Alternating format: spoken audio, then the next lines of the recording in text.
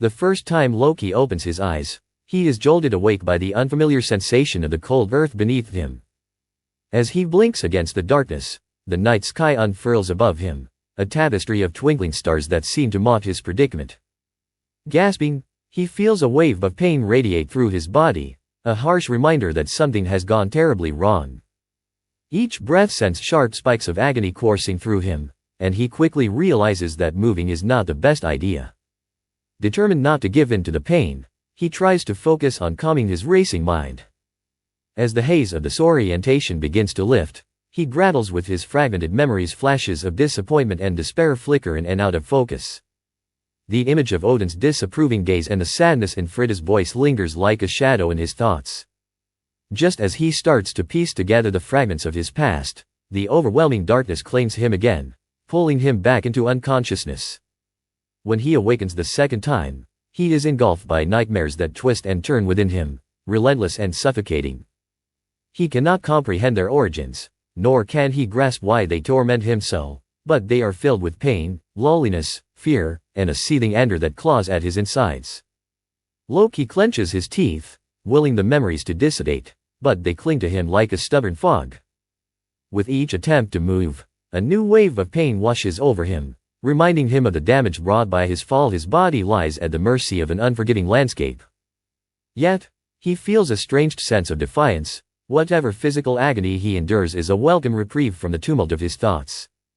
The memory of Odin's disappointment, the pleading in Frida's voice, and Thor's heartbreak loom large, suffocating him under their weight. In a moment of resignation, Loki lets the darkness take him once more, retreating from the relentless storm within. The third and final time he opens his eyes, the night has surrendered to the dawn, the sky transitioning from the depths of darkness to the soft hues of morning. He blinks against the brightness, a fleeting moment of clarity breaking through the fog of confusion. Again, he attempts to move, grappling with a rising sense of frustration. The feeling of helplessness gnaws at him, a bitter taste in his mouth that he cannot swallow. His body protests violently at his slightest movement, reminding him of his injuries. The sharp pain sears from his neck down to his spine, leaving him gasping for breath. Loki clenches his jaw, refusing to show weakness, even to the unseen watcher he imagines in the sky. Drawing in deep, measured breaths, he focuses on his magic, willing it to respond. Yet, the familiar warmth he once commanded now flickers weakly within him, teasing but uncooperative. He can feel the potential for power coursing through him, yet it remains tantalizingly out of reach. The realization strikes him hard, a cruel joke played by the universe. He is no longer the formidable god he once was. A bitter laugh escapes him, filled with madness and despair, reverberating against the stillness of the forest around him. "Was this the punishment you wished for me, Father?" he whispers, the question hanging in the air, unanswered. He tilts his head to the sky, searching for an answer, but the vastness remains silent, indifferent to his plight. He knows he should feel anger, but the sensation is dulled, overshadowed by an even deeper melancholy. As morning light spills across the forest, it bathes the land in warmth, contrasting sharply with the coldness seeping into his bones. Loki knows he must move, despite the pain. Resting here, vulnerable and exposed, is not an option. Each step is a struggle against his battered body, but the urge to know his surroundings, to find a semblance of control, drives him onward. The memories of his family and the darkness that surrounds him threaten to suffocate him, and he refuses to let them win. Staggering forward, Loki begins to survey his surroundings. He quickly realizes that the landscape is both familiar and foreign. There is a hint of Midgard in the air, yet it is wrapped in something purer, something magical that sings to him like an old friend. The lush greenery, vibrant and alive, contrasts starkly with the decay he associates with his previous home. His body, still riddled with injuries, protests loudly, but he grits his teeth and continues, pressing onward through the thick foliage. Each step sends waves of agony coursing through him, a reminder of his fall from grace. He stumbles over roots and rocks, the remnants of his shattered ego accompanying him every inch of the way. Blood oozes from his wounds, soaking through his tattered clothing, and he can feel the heavy weight of desperation settling in his chest. Eventually, he stumbles upon a small stream, its clear waters flowing serenely over smooth stones. He catches a glimpse of his reflection, and for a moment, he barely recognizes the gaunt figure staring back at him. The face is familiar, sharp features, striking green eyes, but it bears the weight of suffering and loss. Loki bends down, cupping his hands to drink from the cold water, the liquid refreshing yet filled with memories he desperately wishes to forget. Images of laughter and joy, of family gatherings in Asgard, threaten to overwhelm him. He grits his teeth, banishing the thoughts as quickly as they come, unwilling to dwell on what he has lost. Night approaches, cloaking the world in darkness, and Loki finds a fallen trunk to rest against. Exhaustion seeps into his bones, yet sleep eludes him. Instead, he feels the slow creeping anxiety that comes with being alone in a strange place, vulnerable and weak. He can't shake the feeling that he is being watched, and the notion drives him to frustration. He hates this feeling, this vulnerability that renders him powerless. His attempts to summon magic meet with disappointment. The familiar green light flickers weakly, barely illuminating the darkness around him. He clenches his fists in frustration, his pride bruised by his inability to command the very essence of who he is. The night feels endless, filled with the rustling of leaves and distant animal sounds that only heighten his sense of isolation. Suddenly, an unexpected noise disrupts the stillness, a sound of waves crashing against rocks, accompanied by the scent of salt in the air. Curiosity piqued, he rises, determination pushing him forward. Despite the pain shooting through his ribs, he ventures toward the sound, each step driven by a desperate need for answers. Loki's unsteady legs soon betray him, and he slips, tumbling down a hidden slope into the darkness below.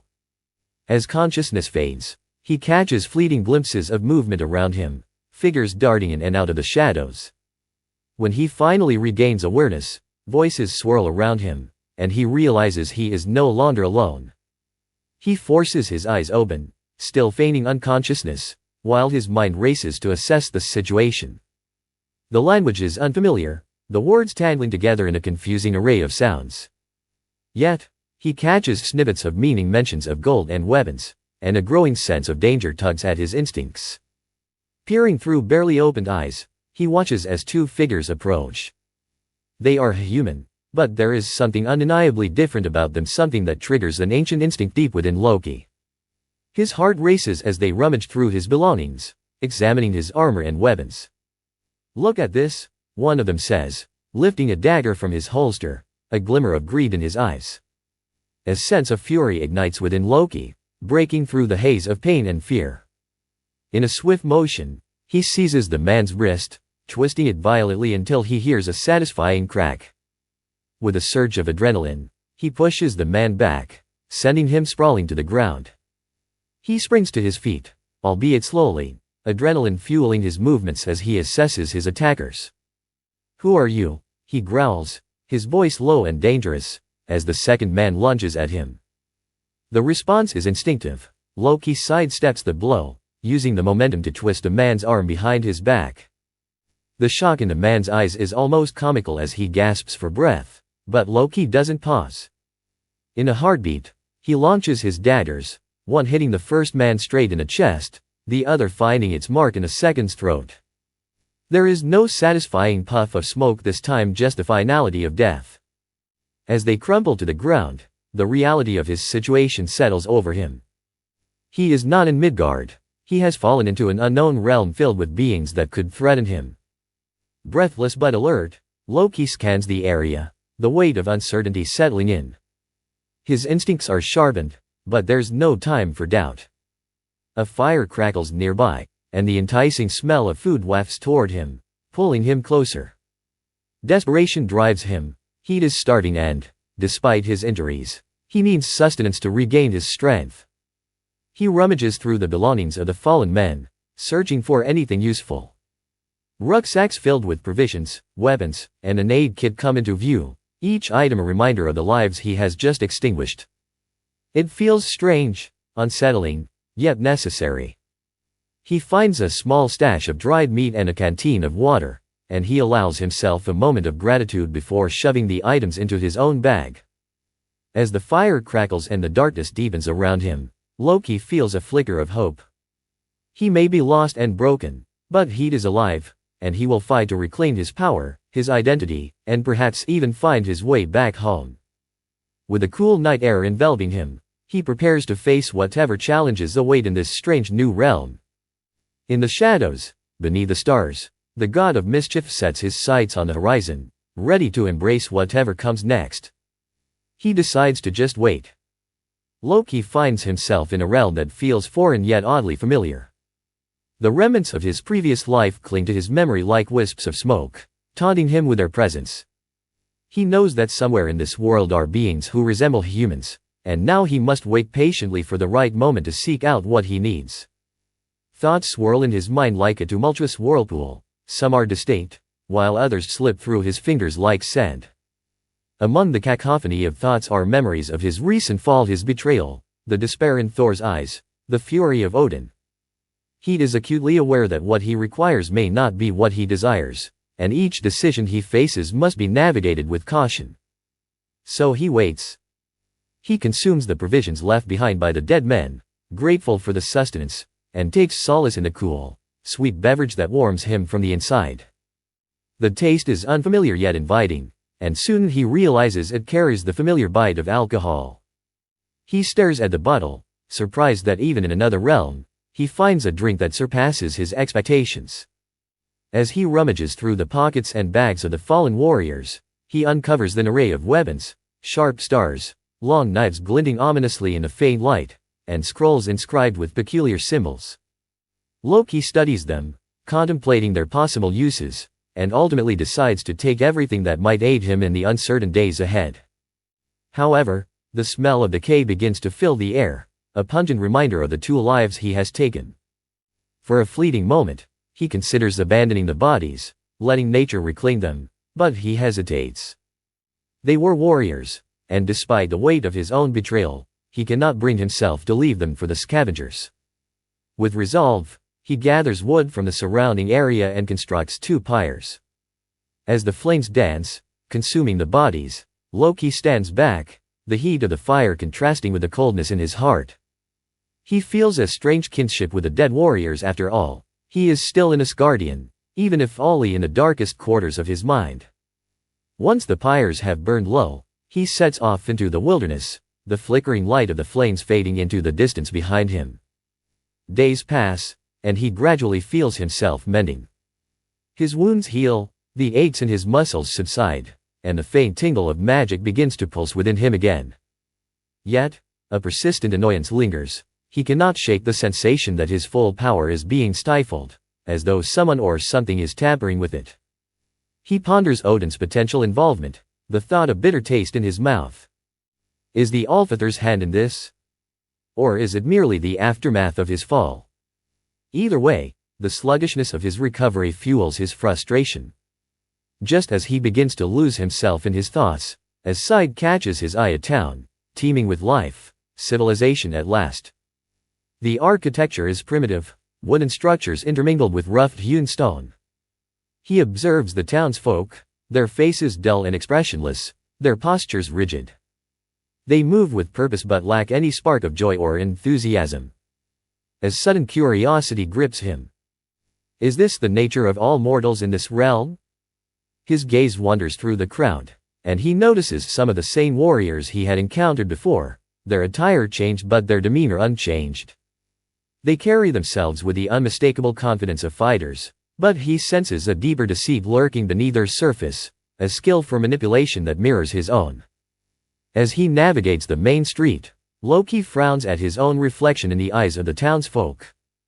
He is dirty, disheveled, and painfully aware of his hunger and thirst. He means a place to rest, to gather information, and to escape from the storm of his own thoughts. He scans the area, unsure of how to approach finding an inn, when a familiar voice interrupts his reverie. "Young man, are you looking for a place to stay?" Loki raises an eyebrow, taking in the sight of an old man with a wide grin, eagerness radiating from his every gesture. The old man gestures toward a modest building with a sign depicting a horse, its stylized calligraphy reminiscent of the scrolls he found. For a brief moment, Loki hesitates, feeling the weight of the townsfolk's eyes upon him.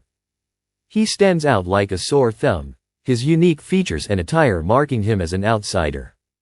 Yet he allows a smirk to play on his lips, embracing his differences. Perhaps it is time to revel in his uniqueness rather than hide it. A place? He queries, testing the waters. The old man narrows his eyes, curiosity glimmering there. You're not from around here, are you? Loki's smirk grows wider, a mixture of amusement and madness shining through. He nods, bowing his head slightly in acknowledgement. The old man chuckles, shaking his head in disbelief. You don't look well.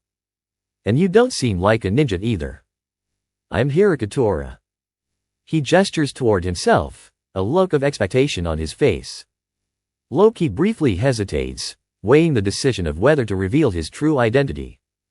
In the end, he shrugs. It hardly matters. Loki Odinson, he replies, the name rolling off his tongue like an incantation. The old man blinks in surprise but quickly brushes it off, leading the way into the inn.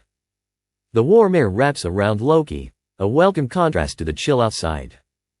Thus, he takes the first step into a new life, one that promises either chaos or order. A year later, Loki finds himself running, though this time the legs beneath him are not his own. As he sprints through the dark, winding alleys of the village, he feels the pounding of his heart matching the frantic rhythm of his feet. The world around him blurs as he dodges obstacles in his path, a blur of colors and sounds that overwhelm his senses. Tears stream down his cheeks as he desperately seeks to escape the pursuers who scream words he cannot comprehend. The Uzumaki Naruto, a child of barely 5 years, has learned the hard way that the world is not kind. He knows he is different, his existence is shrouded in loneliness and misunderstanding. The townsfolk regard him with disdain, labeling him a demon, a monster, a freak. They hiss their vitriol at him, and he feels the sharp sting of their words cutting deep into his small heart. He tries to silence the screams that echo in his mind, pressing his hands over his ears as if he can block out the pain. He runs, not just from his pursuers but from the truth of his existence. Why doesn't he have a mother or a father? Why is he alone in this vast, uncaring world? Naruto's small hands tremble as he pushes forward, instinctively aware that he cannot show weakness.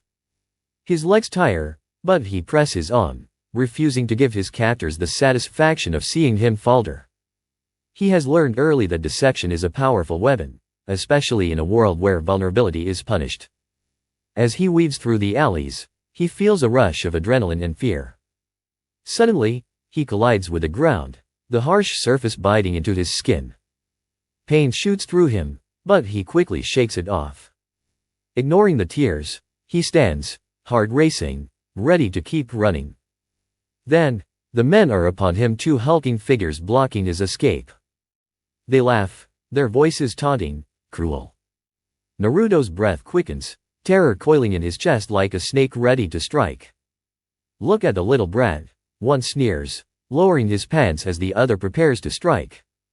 Naruto's heart sinks. He knows something horrible is about to happen. He feels a flicker of power ignite within him, a heat that begins to swirl and bubble as he confronts the encroaching darkness. But before he can react, he hears a loud thud, a sound that reverberates through the air, echoing his own heart's fear. Slowly, he raises his head to see a man standing tall, cold green eyes scanning the scene with a predatory glint. The figure is unlike any he has seen, commanding and fearsome. He is cleaning a staff, blood dripping from it and pooling on the ground around the lifeless bodies of the men who once tormented him. Naruto's heart races not with fear, but with an unshakable instinct to stay still, to observe. Their eyes meet, blue locking onto green, holding the weight of countless unsaid words. For Loki, it is a reminder of a lost brother, a flicker of the bond he once had with Thor. For Naruto, it is the promise of safety, a glimmer of hope amidst despair. The man offers a smile, one that sends shivers down Naruto's spine. It's not a warm smile, it is sharp and predatory, filled with untold stories. I am Loki, he says, and in a flash of green light, they disappear from the alley. As the world blurs and shifts around him, Naruto feels an unfamiliar sense of calm wash over him. He doesn't know where they are going, but for the first time in his short life, He feels safe. With Loki by his side, Naruto steps into a world of possibilities, a journey that will shape both of their destinies in ways they cannot yet fathom.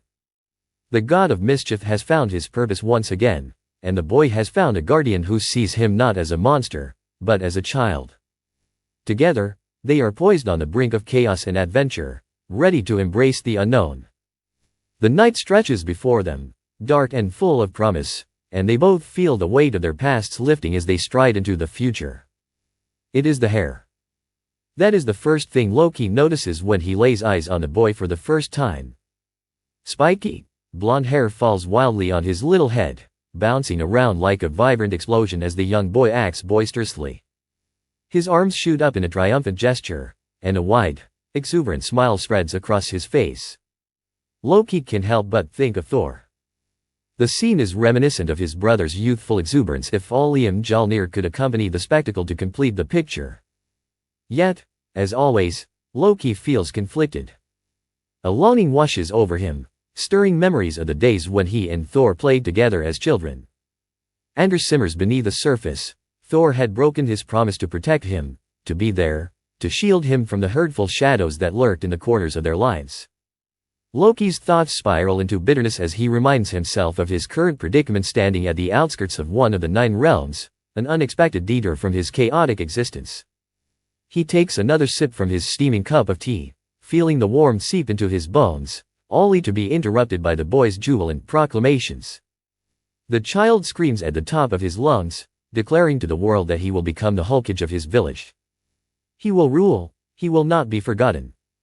Loki can't help but smirk, snorting quietly into his cup. The boy's exuberance is loud, and he's radiating a boundless energy that is almost infectious, but the god of mischief remains skeptical. After the boy's petulant proclamation, he turns to beam at those around him, a wide grin plastered across his face. Loki raises an eyebrow, allowing his green eyes to scrutinize the villagers gathered nearby. The corner he occupies gives him the advantage of observation, a shadowy vantage point from which he can see everything unfold. What he sees doesn't please him. There's hate, anger, fear, and indifference etched onto the faces of the villagers, and all of it is directed at the boy. It's troubling. The boy stands there, beaming with confidence, but he's clearly at the receiving end of disdainful glares. Loki snorts again, his mind racing with possibilities. What could lie beneath that round, sparkling facade? Hate such as this is not born without a heavy reason behind it. As he ponders this, Loki's gaze is drawn to something deeper. In a fleeting moment, he catches sight of the boy's eyes, deep, dark and blue. There is an emptiness behind them, a void filled with hopelessness, sadness, and loneliness. For just a heartbeat, he sees the truth. The boy's facade slips, revealing a glimpse of despair, a fleeting shadow of vulnerability. Then it's gone, replaced once more by that bright, determined smile. The child is adept at hiding his true feelings. He shows the world what they want to see, but Loki senses he is not fooling himself. At such a young age, he understands that his act makes the villagers uneasy, keeps them in a state of fearful indecision. The boy knows how to manipulate their emotions. He's making it clear that provoking him is not a wise choice. Loki chuckles softly, shaking off a sudden clench in his chest, determined to ignore the familiar pang of longing. This mortal is interesting, intriguing enough that his mission in this forsaken village can wait a while longer. What harm could there be in getting to know more about this boy, who bears a striking resemblance to Thor and possesses eyes reminiscent of Loki's own? As he recalls the frustrations he felt towards Odin and Frigga, a bitter taste fills his mouth. Their teachings about empathy and kindness made his heart weak, pulling at emotions he had fought hard to bury. It's easier when there's someone to blame, he muses. He wishes he could push aside the creeping feelings of responsibility and compassion, but the boy's determination pulls him in. Loki dives deeper into his investigation, unraveling the boy's secrets. He discovers that the boy is named Uzumaki Naruto.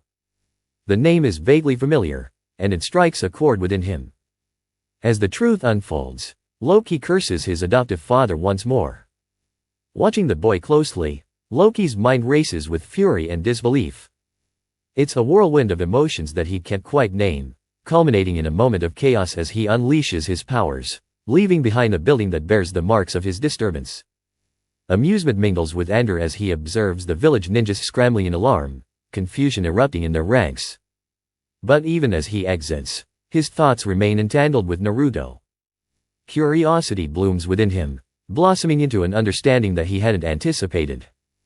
The next time he sees the boy, the sight of those hateful glares and hushed whispers ignites a wicked sense of humor within him.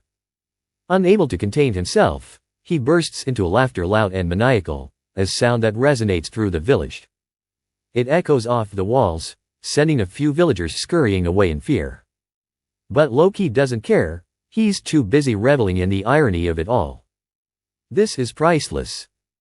Once, Loki had thought his fate in this world was a mere coincidence, an accident of existence. Now, he shakes his head, reflecting on how naive he had been. Frigga had said it long ago, what seems to be random never is. The All-Father doesn't act without purpose. For Naruto, that morning was anything but ordinary. The warm sunlight streamed through the window, casting a soft glow on the room. A single ray of light peeked through the curtains, nudging him awake. With a reluctant pout, he buried his head under the bedsheets, hoping to steal a few more moments of sleep.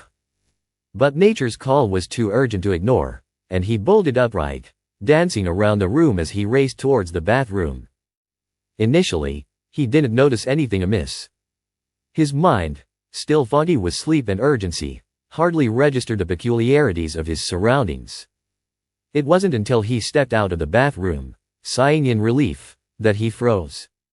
His blue eyes widened in disbelief, taking in the transformed appearance of his apartment. Silver walls. Gold on the floor. His heart raced, panic creeping in as he scanned the room. The intricate carvings on the walls featured unfamiliar designs, some depicting odd creatures while others showed the silhouettes of two boys and a couple of family, perhaps? Hesitant but curious, he approached one of the figures, his fingers brushing against the cold surface. Suddenly, a noise from the kitchen broke his reverie. Whatever was happening in his home demanded investigation. With clenched fists and steely determination, Naruto stepped forward, ready to confront whatever awaited him. What he saw in the kitchen took his breath away. "Why you?" he exclaimed, pointing an accusing finger at Loki, who stood there, a picture of relaxed amusement.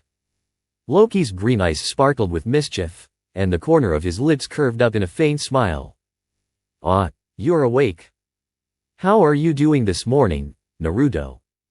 His tone was affable, inviting, as he gestured to a table laden with food. "Please, I imagined you'd be hungry since you went to bed without dinner." Naruto frowned, suspicion knitting his brows together. Kindness was foreign to him. The only people he trusted were the Sanome Hokage and Tokaji, the ramen shop owner. They had earned his loyalty through their generosity, but everyone else? They were untrustworthy. "What are you doing here?" he demanded, attempting to muster a bravery he didn't feel. Loki's smile widened, his amusement undeterred. He had expected a more typical reaction, a loud, brash outburst, but this was even better. How much of the real Naruto lay beneath that facade? "Well? Answer me," Naruto insisted, his voice rising slightly in intensity. Loki's hand halted mid-movement as he paused to process the boy's demand. Those words struck a chord, resonating within him. He shook his thoughts away and straightened himself, grabbing his warm cup of tea. "I made breakfast. I thought that was pretty obvious." He gestured again to the table, and Naruto's stomach growled audibly in response, betraying his cautious demeanor. The tantalizing aroma wafted through the air, and for a moment, Naruto hesitated. With a reluctant sigh, he took a seat at the table, his appetite overpowering his suspicion. "See? That wasn't so difficult. You should eat while the food is still warm." Naruto sniffed the food cautiously, eyeing Loki as though he were a potential threat. The food smelled heavenly, a tempting promise after 3 days of ramen alone. Finally, hunger won out, and he took a tentative bite of the eggs. As the flavors exploded in his mouth, his eyes sparkled with delight. He was taken aback by how delicious the food was, quickly indulging in the meal. Loki observed the boy with amusement, especially as he watched Naruto inhale his breakfast, cheeks stuffed with food. With a mouthful, the boy managed to stutter out a muffled, "Thank you, sir." Bits of food sprayed as he spoke, and Loki winced. "Please refrain from speaking with your mouth full," he said, rolling his eyes. Naruto, still caught up in his culinary experience, shrugged it off. "I always eat alone." "I see," Loki replied, taking his small bite from the nearest piece of bread before addressing the boy with a more serious tone. "Then, from now on, you would do well to remember the little piece of advice I just gave you?" Naruto blinked, confusion evident in his eyes. "Why are you here?" he asked again, tilting his head slightly as he wiped his mouth with the back of his hand. "I'm merely observing," Loki replied casually. "For now, let's focus on that." "I find you rather intriguing, Naruto." "I'm not intriguing," the boy retorted, pride evident in his voice as he pouted defiantly. "Oh, but you are," Loki teased lightly, amused by the boy's indignation. "You see, I've noticed a rather peculiar trend here.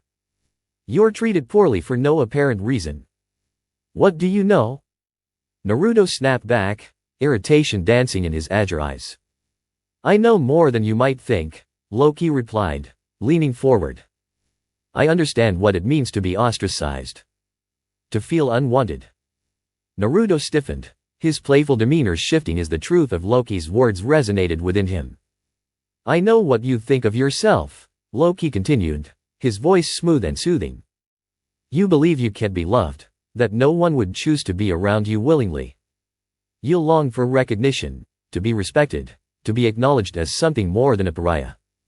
Naruto's grip on his chopsticks tightened, his expression shifting between anger and vulnerability.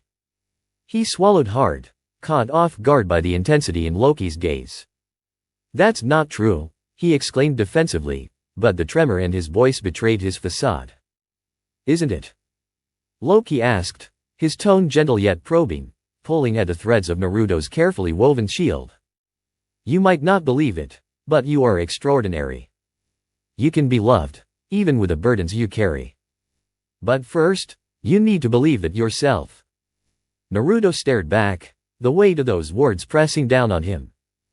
Confusion warred with an odd sensation of hope, a feeling he had buried for so long that he had nearly forgotten it existed. As the silence stretched between them, Loki leaned back, allowing Naruto space to process his thoughts. "Why do you care?" the boy finally asked, skepticism mingling with curiosity. "Because it amuses me," Loki replied with a smirk. "And because, for reasons unknown even to me, I believe you have the potential to become something great." Naruto frowned, but his heart raced with excitement at the thought. Great? The word resonated with him, filling his mind with images of respect and admiration. "Really?" he asked hesitantly. "Of course," Loki affirmed, his gaze steady. "But it starts with you. You have to choose to be the hero of your own story, to embrace the challenges and rise above them. Or else, you might find yourself lost in shadows, just like I was." Loki's words hung in the air, and Naruto swallowed hard, grappling with the implications. "I'll be Hokage," he proclaimed with newfound determination, his voice ringing with conviction. Loki chuckled, watching as the boy's spirit ignited. This was merely the beginning, but the journey would be one worth observing. Sarutobi Hiruzen sat at his desk, worry etched across his face. His elbows rested heavily on the wooden surface, hands cradling his chin as he stared blankly at the walls of his office. The weight of recent events pressed down on him. A homicide had occurred in Konoha, an affront to the safety and security he worked tirelessly to uphold. While he had exaggerated when he told himself that thousands of ninjas were on duty, it was still alarming to think that such violence could unfold right under their noses. He rubbed the bridge of his nose, trying to shake off the rising tide of anxiety.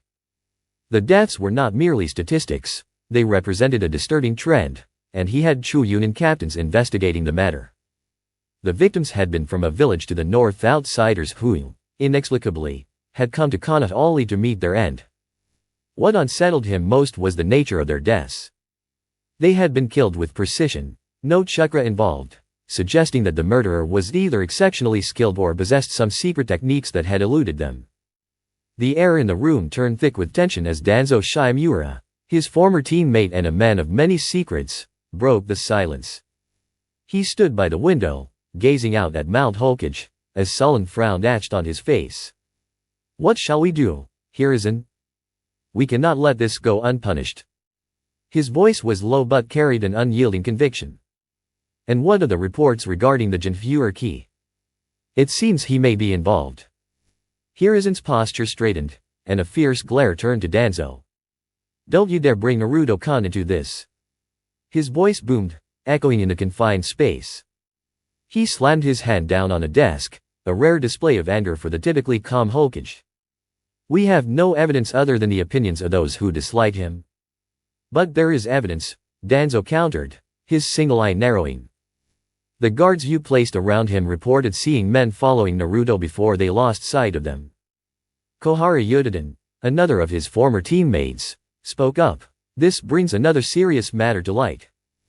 The guards you've assigned don't seem particularly invested in Naruto's safety. At least Yojao, Kakashi, and Tenzo seem to do their jobs well, but..."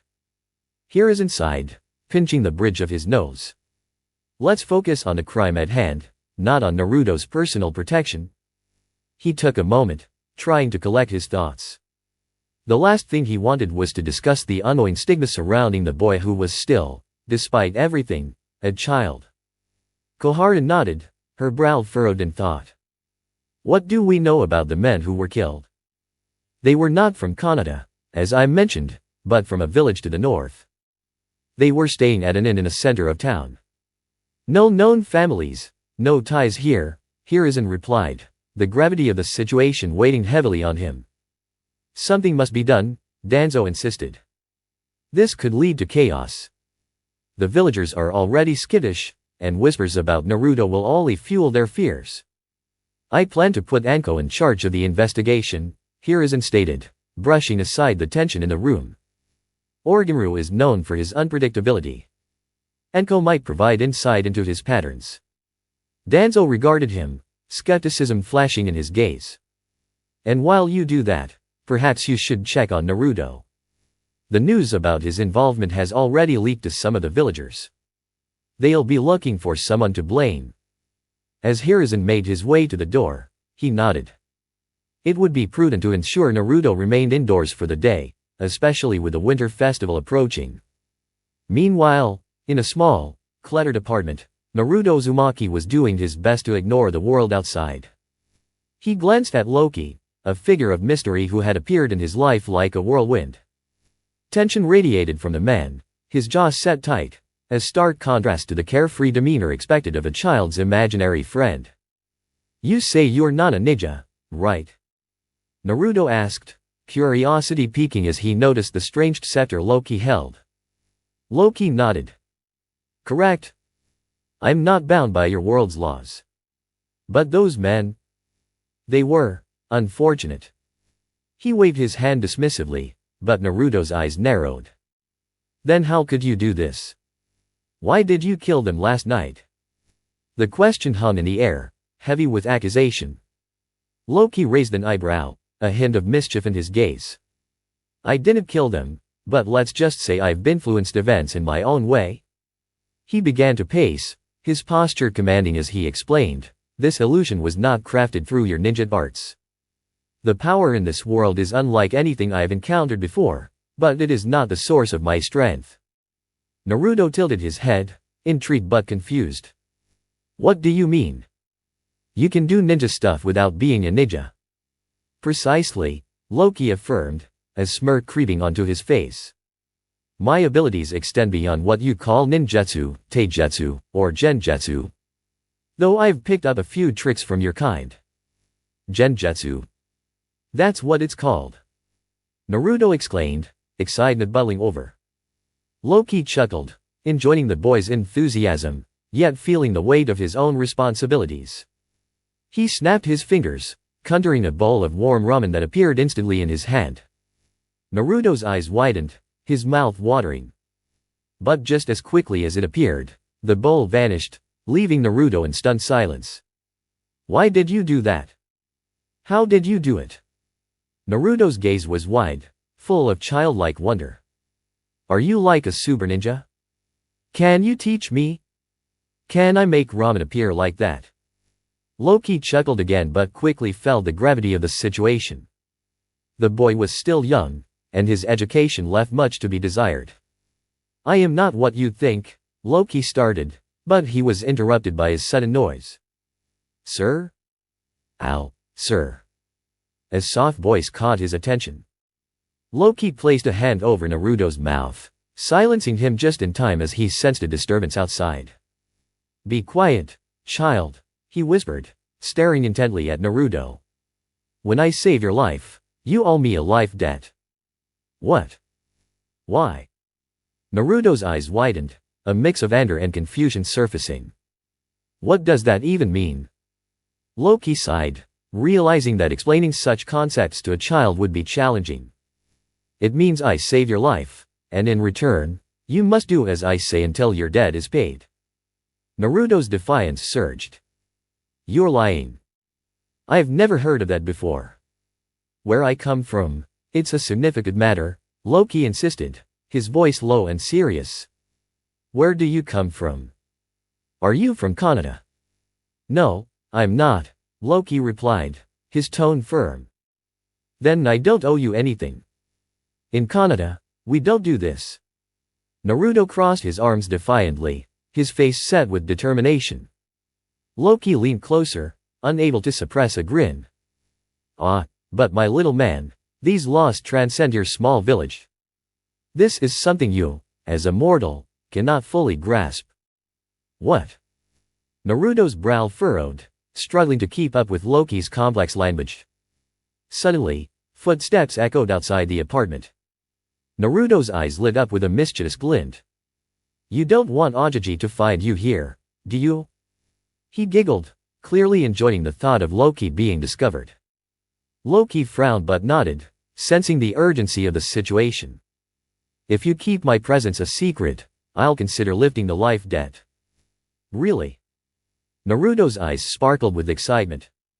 But there's a condition, Loki added, a mischievous grin spreading across his face. You must learn how to summon ramen. Naruto's smile widened as he clapped his hands in glee. Just then, he heard the Hokage's voice calling for him, panic gripping Loki's heart. Don't say anything about me. Loki warned urgently before disappearing in a flash, leaving Naruto standing at the door just as Sarutobi entered. Itachi. Naruto threw himself into the Hokage's arms, relief flooding through him. Sarutobi smiled down at the boy, though his eyes reflected concern.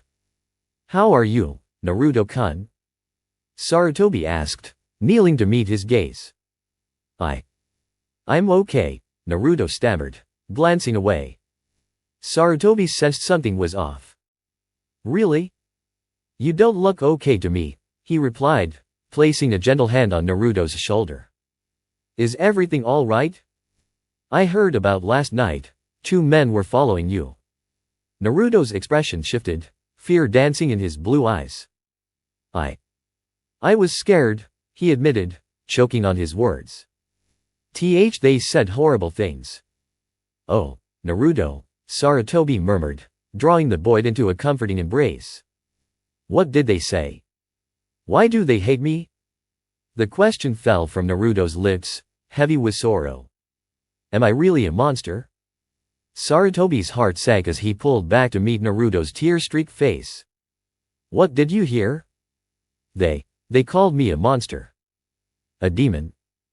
The Hokage felt his rage boiling beneath the surface. He knelt down, lifting Naruto's chin to meet his eyes. Listen to me, Naruto. You are not a monster.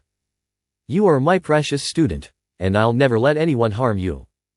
But what if they do? Naruto whispered, fear lacing his voice. Then they will face the consequences. You are a part of this village, and they need to learn respect. You must believe in yourself. I believe in you, Sarutobi reassured him, fighting against the dark thoughts clouding his mind. With that, The Hokage stood up and took Naruto's hand. "Let's go get some ramen," he said, trying to ease the boy's worries. As they walked through the village, Hiruzen couldn't shake off the feeling that danger was lurking around every corner. The festival would soon arrive, and with it, more crowds and more risks. He glanced down at Naruto, whose spirits seemed to lift with each step, but he couldn't ignore the nagging feeling that they were running out of time to address the darkness closing in on them all. Loki hurriedly placed his hand over Naruto's mouth, stifling the child's potential scream. The boy's vibrant blue eyes darted around, taking in the figure before him. Loki's new appearance confused Naruto. The green eyes remained familiar, but everything else was different. The black-haired man he had known had transformed into a blonde with a stronger jawline and long hair that framed his face. Despite the drastic change, there was an unmistakable essence of Loki that Naruto recognized. "Let me share a little secret with you, young man," Loki said, lowering his hand to let Naruto breathe again. He wanted the boy's full attention. "My true form hasn't been revealed to anyone else but you?" Naruto blinked, confusion plastered across his face. Loki sighed, realizing that the boy might not grasp the concept of shape-shifting immediately. "I can take many forms to hide from prying eyes." Naruto scrunched his nose, a flicker of understanding sparking in his eyes. "Today, I've chosen this form so we can enjoy this winter festival you're so fond of." At the mention of the festival, Naruto's face lit up again, his mind racing with thoughts of laughter, music, and colorful decorations. He nodded enthusiastically, signaling that he understood, even if he didn't fully grasp the situation. For Naruto, the details didn't matter much. What mattered was that Loki was kind and seemed to care. He could pretend everything was just fine, couldn't he? In an instant, they were surrounded by the vibrant chaos of the festival. Naruto had never seen so many games at a winter festival before. Sure, he'd attended those in Kanata, but they had always left him feeling isolated and unwanted. He'd often moved from game to game, trying to join in, only to be shrugged off by others. This time, however, was different. As he darted from one stall to another, laughter bubbling from his lips, he didn't miss his old home. By the end of the day, he would clutch a plush octopus, a practice kunai, and a set of shiny daggers, his heart swelling with joy.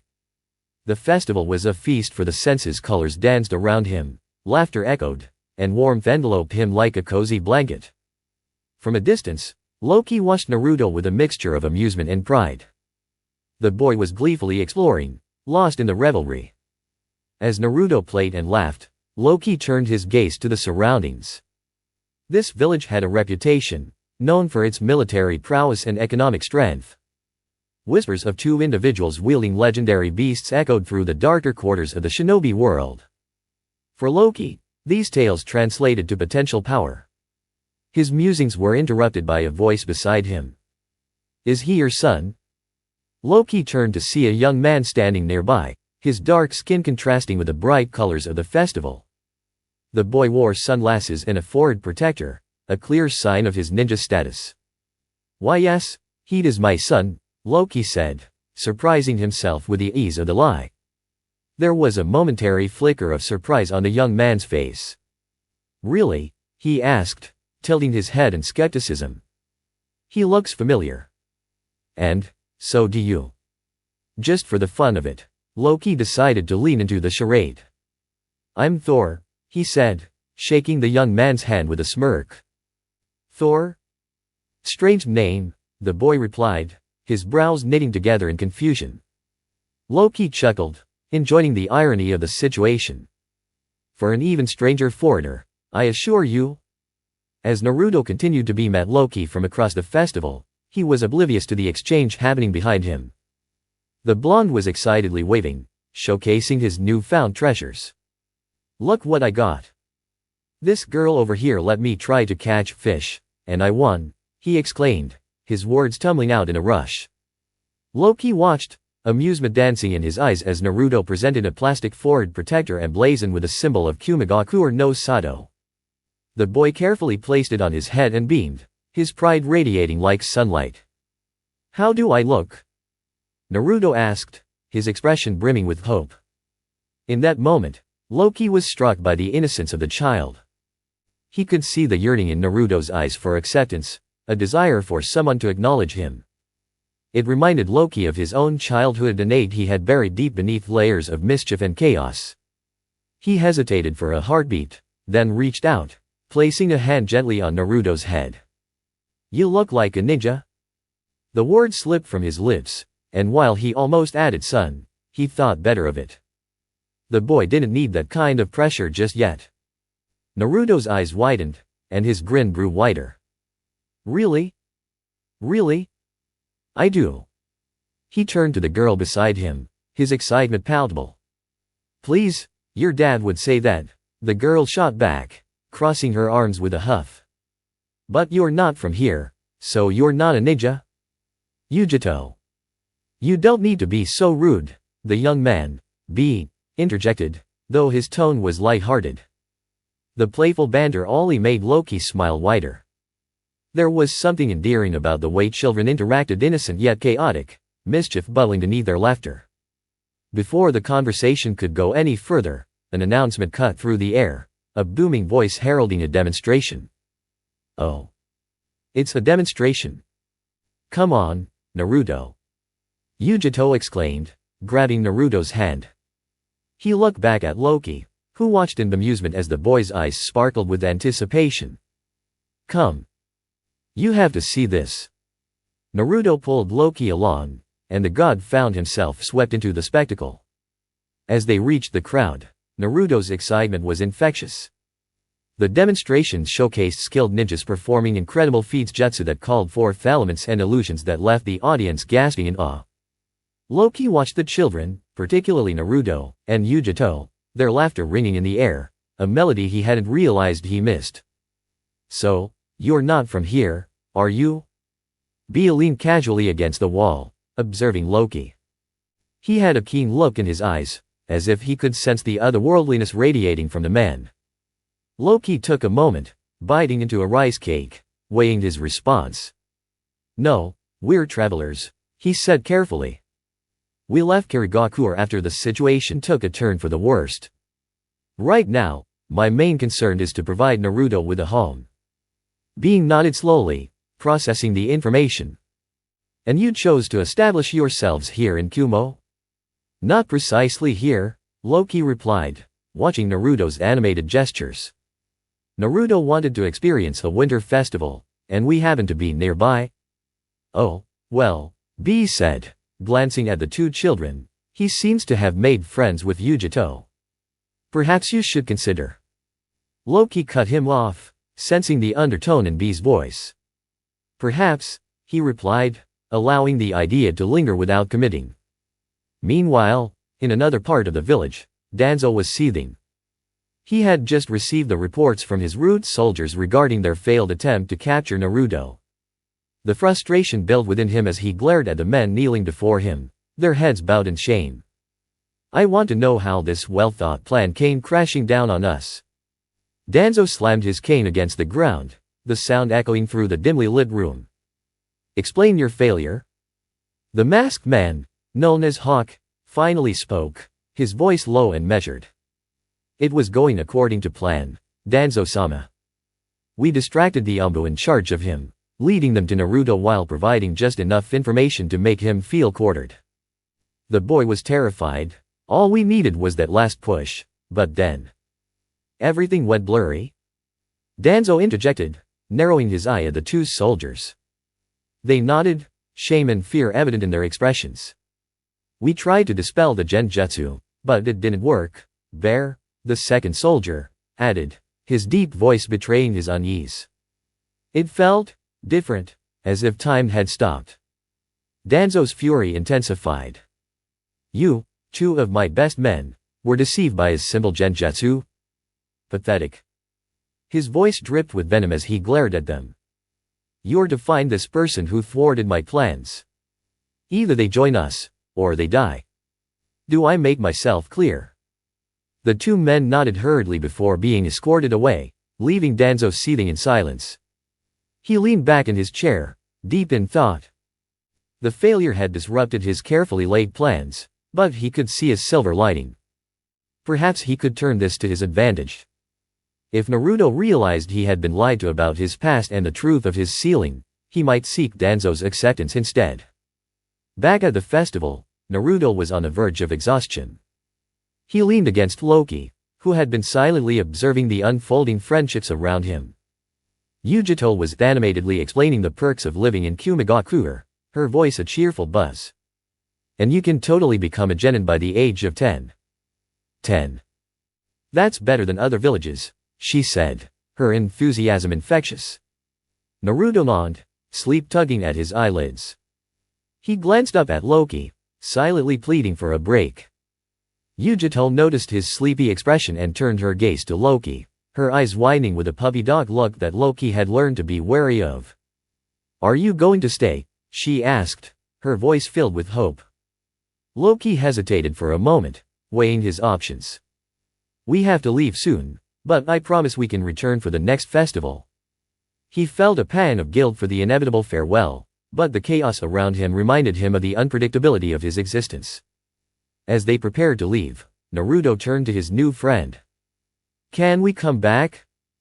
I want to see you again. Yujito beamed back, her face lighting up. Of course. But you have to bring me something from your village next time. Loki chuckled at the exchange, watching as they exchanged words of promise, sealing their newfound friendship. As Naruto's energy waned and he leaned against Loki, he couldn't help but wonder how long he could keep the boy safe in a world so full of chaos. Loki pondered this as they walked away from the festival, his heart warmed by the bonds Naruto was forming. In that moment, he realized he had never wanted a family more than he did now, and perhaps, in his quest for power and revenge, he might discover something more valuable than either love. He only comes near this place when he needs to think and organize his thoughts. It is not because he feels emotionally attached to the crater. No, it is because, in this place, he can remember what has happened to him. Here, he makes sure his decisions are the best ones.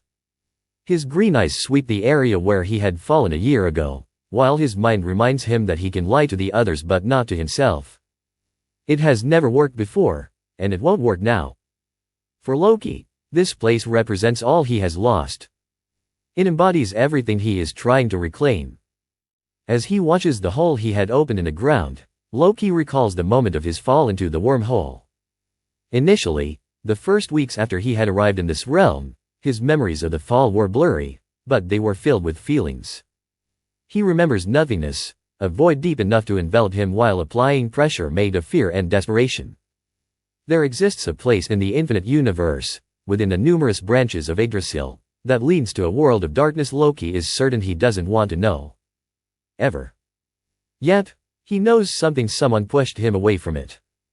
A part of him wants to believe it was the watchful eye of his father.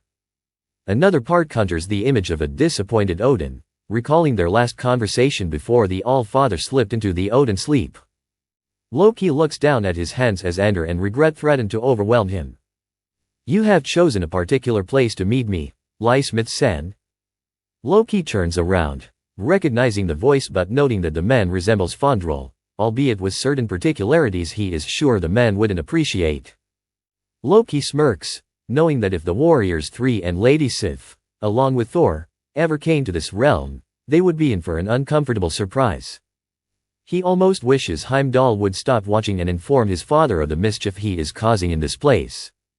Let them come, and let them be the victims of these people. It is far away from prying eyes, Loki replies, eyeing the man before adding, besides, if I finish you off, no one will interrupt or be alerted by the sound. He smirks dangerously, his eyes gleaming with satisfaction as his informant fidgets uncomfortably. Taking a step closer to the young man, he extends his hand, raising an eyebrow expectantly. I do hope you brought what I require. The young man nods, his eyebrows knitted together. I did, but I still don't understand why you wanted so much. It's just old folklore. The man presents Loki with a box. The real story you can hear from anyone who has seen or been in contact with a Baijuyu origin viewer key. What can I say? Loki takes the box, eyeing it suspiciously. I prefer mythology to real facts. Believe me, myths are not always what they appear to be. The young man shrugs, raising a hand to push his glasses up the bridge of his nose. I guess you know what you want. I surely hope, for your sake, these are real. Loki opens the box, examining the scrolls one by one. He lifts his gaze to stare at the young man, who shivers once again. I don't take kindly to trickery and lies directed at me, as ironic as that may sound to some. The young man blinks, sharing a nervous chuckle. I promise you, those are real. I stole them from a collector. Those are the last real records from the Baijuyu age. Collected by the first Hokage and the elder from the former Uzumaki clan. They had been collecting dust in a library in Iron Country. Loki tenses, the Uzumaki name is already familiar to him. His mind flashes back to the contagious grin of a boy with blonde hair, a familiarity Loki is still reluctant to acknowledge. There is a tense silence, and Loki knows the young man's eyes are glued to the large scroll protected by his shadow. The man may think he is clever, but the god of mischief and lies knows he isn't alone. However, he doesn't react. Instead, he pretends to be just a mercenary liesmith. I hope you brought what we agreed on. Do not worry yourself, Kabuto-san. Loki lifts his face, a half-smirk drawing across his features. I brought the scroll. Loki stands up, presenting the scroll behind him. The young man, Kabuto, raises an eyebrow, impressed, and steps forward, kneeling to pick up the scroll. He opens it, and his eyes gleam with excitement. I have to wonder how a mercenary like yourself got hold of one of the best guard scrolls in Kanata. Kabuto's eyes sweep the words written in a scroll, and a spark of triumph appears as he attests to its authenticity. Loki doesn't move or say anything, he pretends to be lost in his own world, examining the documents. Everything seems to be in order. No genjutsu, no ninjutsu. If anything, the seal with the coat of arms from the house of Senju and Uzumaki makes the documents authentic. It is then he feels the treachery, but instead of feeling cornered or intimidated, he smiles. The smile doesn't reach his eyes, and a coldness emanates from him as figures approach slowly but surely. You have proven to be a great asset, Liesmith-sen. And as such, you understand what we're about to do. Kabuto smirks, placing the scroll safely behind his back as three ninjas materialize from behind Loki. With practiced ease, the god stands up, concealing his expression, his eyes the only ones revealing the sudden fear and insecurity he doesn't actually feel. So, after I've done you a favor in exchange for one, you decide to betray me? Loki is well versed in faking insecure faces, particularly those of Fondrel. He takes pride in having been the cause of many such faces, especially during training with the Warriors 3 when they realized Loki wasn't who they initially thought. Don't take it personally, the young ninja on his right says, a predatory smirk stretching across his face. But Ordurasama doesn't appreciate your insistence on being a freelance. You could do more if you decide to join him, though, the red-haired girl adds, holding a wooden stick in her hand. But feel free to say no, it's been a while since I finished off a shithead like you. Loki takes a step back as the three ninjas close in on him, weapons at the ready, leaning in what they think is a menacing manner. Loki has to give them credit. He admits that if he were anyone else, he might be thinking of an escape plan. But, as the girl so eloquently stated, he hasn't finished shitheads like them in a long time. Feeling the rush of the impending battle, Loki lowers his head, raising his eyes to eye his enemies with an unpleasant smirk. His green eyes gleam, and for a moment, Kabuto is tempted to step back. I told you, I don't like to be tricked. You will pay with your life. Oh, please, do try. It is the last time Yakushi Kabuto will say such mocking words. In less than a second, he finds himself at the mercy of the same man he had seen moments ago at a safe distance. The man's smirk is cold and cruel, his eyes now have taken on a red tinge, and it is all Kabuto can see before the heavy impact of metal hits him square in the chest, sending him flying far from the main battleground. Teiwa, Kimimaro, and Kidomaru spring into action. Loki disconnects his mind from the thoughts that had been tormenting him until now, deciding this is the exercise he needs. The ninjas are good, The girl and the younger man move with precision and deadly strikes. However, Loki has learned how to deal with people like this, and the ones he is fighting are mere children compared to other ninjas he has encountered, both unfortunate and honorable. He grabs the girl's wrist, twisting it upward and enjoying the sound of cracking bones. She makes her displeasure known with a few curses here and there. Loki lowers his head, evading a kick while stepping back, barely missing the white spear the white-haired man has thrust from his wrist. That catches Loki's attention. His eyes widen slightly in surprise as he examines the weapon, noting it emerging from the young man's skin. Loki has never seen anyone perform such a trick before. What is that? The question escapes his lips before he can control it. The young man raises an eyebrow and launches an attack. Loki has lost interest in Tewa, and the girl is thrown aside in favor of this newfound discovery. The first hit is something Loki could have predicted, and he needs to know what this weapon is. The best way to do so is through experience, so he allows the fist to collide with his head. As soon as it happens, he regrets it. It is like being hit by Thor but without the full bloody lip or swollen wound that usually results from their sparring sessions.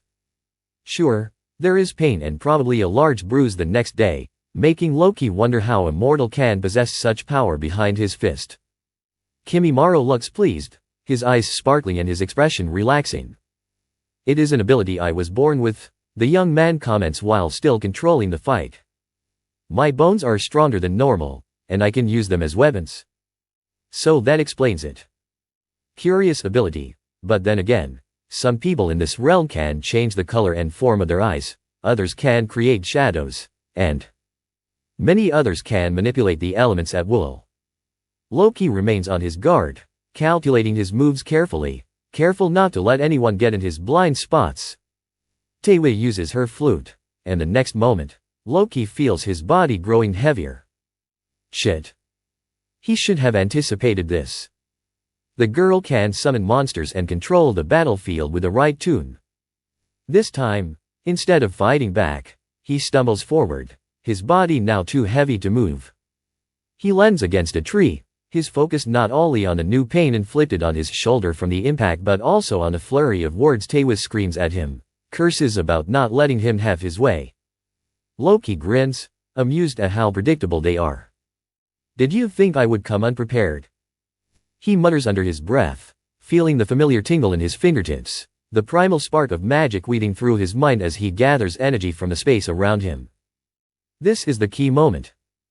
If he succeeds in manipulating the magic surrounding him, he might be able to turn the tide of the fight, catching them off guard. And that is exactly what he does. With a flick of his wrist, he disrupts Tewa's song and then makes the earth tremble around them. Loki channels his magic into the ground, and the next moment, a fissure erupts beneath the three ninjas, catching them off guard as they scramble to maintain their balance. The earth opens wide, and with it, a wave of fire bursts forward, engulfing them. Too slow. He taunts, feeling the energy of the fight surge through him as he pushes himself up and draws on the darkness of his mind. But he has underestimated them. The fire is merely a distraction, and Tewa is already conjuring a massive spirit beast, a creature that reminds him of a giant, monstrous fox with multiple tails. Kimimaro, too, recovers quickly, charging toward Loki, spear poised to thrust into his side. Loki lets his instincts take over, flitting backward and then sprinting into the air. He focuses on Tewa as she begins to summon her spirit beast, her fingers moving quickly over her flute, and her voice becoming louder and more commanding. But Loki knows that now he can twist the battlefield to his advantage. He knows he needs to manipulate it in his favor before anyone else can gather themselves, so he channels his magic into the ground. He senses the beat of the girl's song and matches it with his own rhythm, summoning a wave of energy that erupts around him. The fissure beneath Kimimaro catches him off guard, sending him sprawling backward while Tewa's spirit beast collides with a magic barrier Loki conjures, and a shockwave erupts. Loki smirks, a fierce sense of exhilaration coursing through him. He watches as the three ninjas struggle to regain their footing, and for the first time, he feels the rush of battle surge through his veins, amplifying his powers and his focus. With a quick motion, he channels his magic further, twisting the elements around him and summoning a wave of shadows that engulf Kimimaro. The young man's body contorts as he struggles against the darkness, and Loki takes a moment to relish the fear in his eyes. The distraction is enough for Loki to push back against Tewa and unleash a torrent of energy, but he underestimates her determination. She grits her teeth and continues to call forth her beast. Try and resist this. Loki hurls his magic toward the beast. The two forces collide in an explosion of light and shadow, but the sound of clashing forces draws the attention of everyone in the area. Focus. Loki shouts to himself as he maintains control over his own shadow. The beasts and spirits begin to fuse with the darkness around him, creating a chaotic spectacle. The battle rages on, and as the minutes pass, he finally feels the exhaustion creeping into his limbs. He needs to finish this quickly. Loki casts another spell, forming a barrier around himself as he starts drawing power from the shadows, feeling the energy of the earth beneath him. The shadows twist and turn, forming around him as he taps into their strength. Time to end this, he mutters, focusing on the chaos around him and sending his energy to each direction. The spirits and monsters surrounding him riddle and vanish, and the ninjas find themselves lost in their own chaos, their songs interrupted, their spirits dispersed. In an instant, the tide of the battle shifts as Loki seizes the moment. Enough! He bellows, his voice cutting through the din of chaos. The power of his magic erupts, engulfing the space around him in a blinding light, and the darkness intertwines with it, creating an overwhelming force that consumes his enemies. In the afterglow of the explosion, silence reigns over the battlefield. The only sound is the whisper of the wind as Loki stands tall, surveying the aftermath. The young ninja, Kimimaro, lies defeated. Tewa is unconscious, and Kabuto, well, Loki has saved him for last. He approaches Kabuto slowly, savoring the moment. The young man's body trembles with fear, and Loki kneels beside him, grinning maniacally. This is what happens when you betray me. Consider this a lesson. The last thing Kabuto sees is the gleam of magic swirling around Loki's fingers before everything fades to black. Loki stormed into his chamber, a whirlwind of fury. The very first thing he did was smash his fist into the side wall, creating a massive hole and splintering the surrounding area with cracks that spider-webbed outward. His green eyes shimmered with a dangerous light, a reflection of the chaos that churned within him. These were not just the hands of a god. They were the hands of a man who had revealed a part of himself he would rather leave buried in the abyss of oblivion. The room was circular, its walls adorned with intricate patterns of silver and green that coalesced into a black ceiling speckled with stars. Golden, red, and blue hues swirled together to form what appeared to be a constellation of sorts, glimmering with an otherworldly beauty. Loki scoffed at the decor, dismissing it as nothing more than a cruel reminder of his melancholy and homesickness.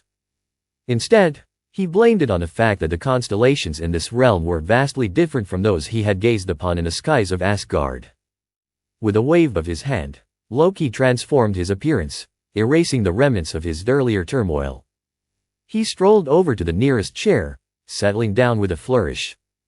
Placing the box he had just acquired on the table, he opened it, his eyes gleaming with a peculiar light as his fingers glided over the scrolls nestled inside. These were the genuine articles, the authentic scrolls he had sought after. The fools who thought they could recover these scrolls had no idea of the game they were playing. A smirk tugged at Loki's lips as he perused the scrolls one by one. Discovering the history of this realm had proven to be a worthy challenge.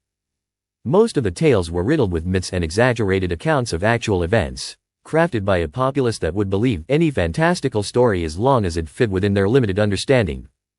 But Loki was no stranger to myths. In Midgard, he was often the central character in such tales.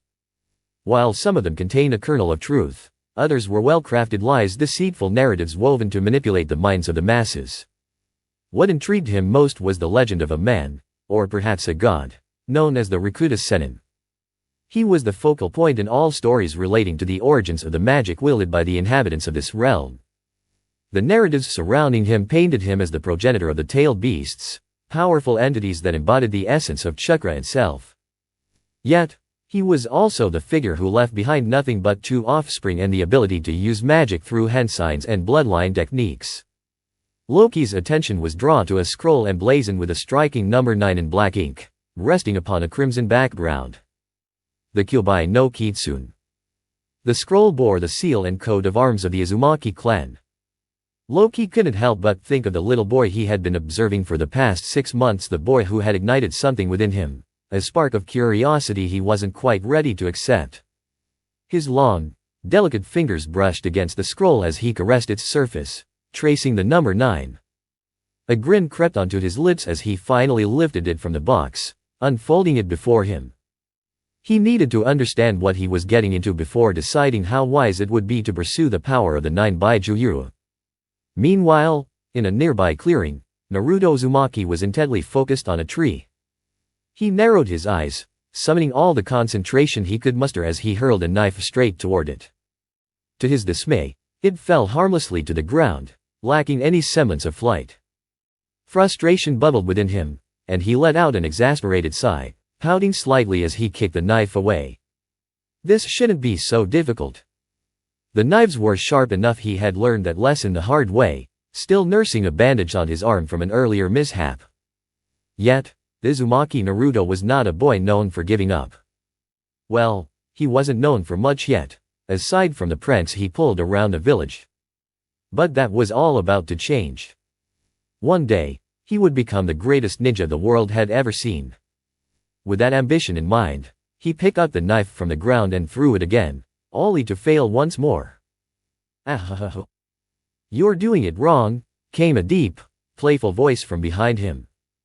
Naruto spun around to find a man he had never seen before, leaning casually against a nearby tree with a mischievous smile plastered across his face. Who are you?" Naruto's tone was laced with curiosity as he took a few cautious steps back, gripping the knife tightly in his hand. He cleaned it with diligence while keeping a wary eye on a stranger. "I am hurt," the man feigned, pushing himself off the tree and unfolding his arms. As he stepped into the light, Naruto noticed his striking green eyes that gleamed with mischief. "I wasn't gone for too long, Naruto," the man continued, and as he spoke, the world around him began to shift and transform. Naruto's eyes widened in recognition as the man's features began to crystallize in his memory. "I thought you would at least have the courtesy to remember me after I made sure you enjoyed a wonderful winter festival."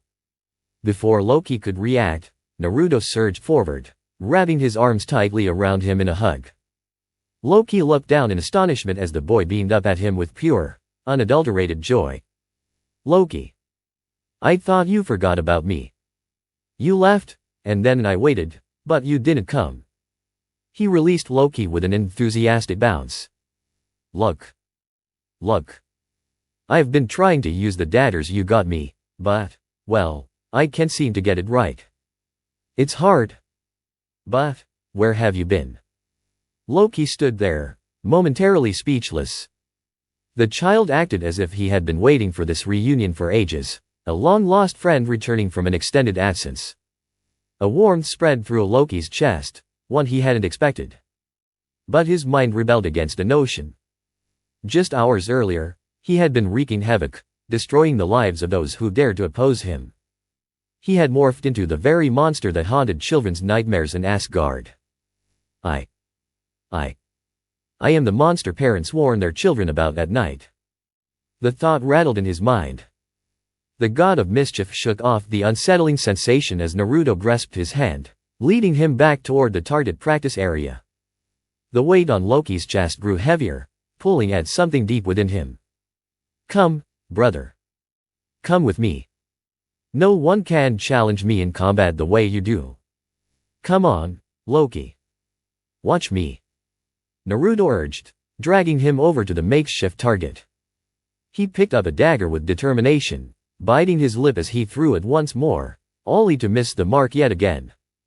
Naruto's enthusiasm faltered as his eyes fell, avoiding Loki's gaze while he knelt to retrieve the dagger. Sensing the child's disappointment, Loki placed a reassuring hand on Naruto's shoulder.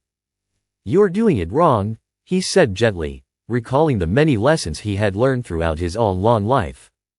Naruto flinched slightly, and Loki reminded himself to be kind. After all, Naruto was just a child. "Let me teach you? Really? Really, really?"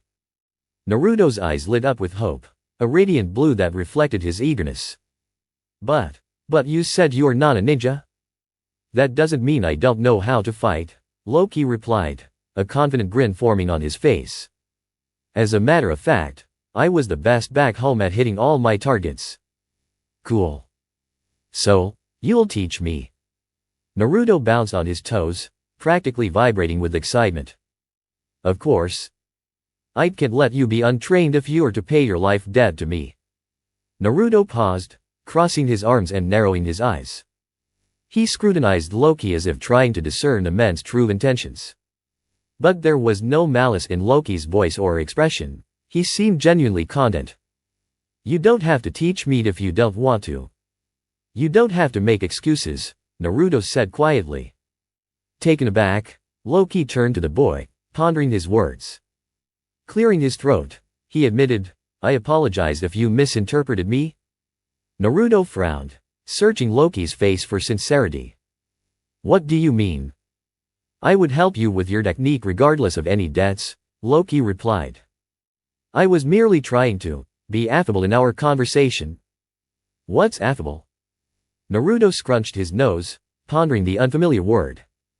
Loki raised an eyebrow, recalling the education systems of the villages in this realm. "It means amiable." Naruto blinked at him, clearly not understanding. Loki sighed. "Amicable? Courteous? Friendly?" At the last two words, Naruto's eyes sparkled with recognition. "Oh, I get it." Loki rolled his eyes, amused. "Do you really want me to teach you how to throw these daggers?" Naruto nodded vigorously. "Good. Then let's practice, and after a quick dinner, I'll teach you how to speak properly."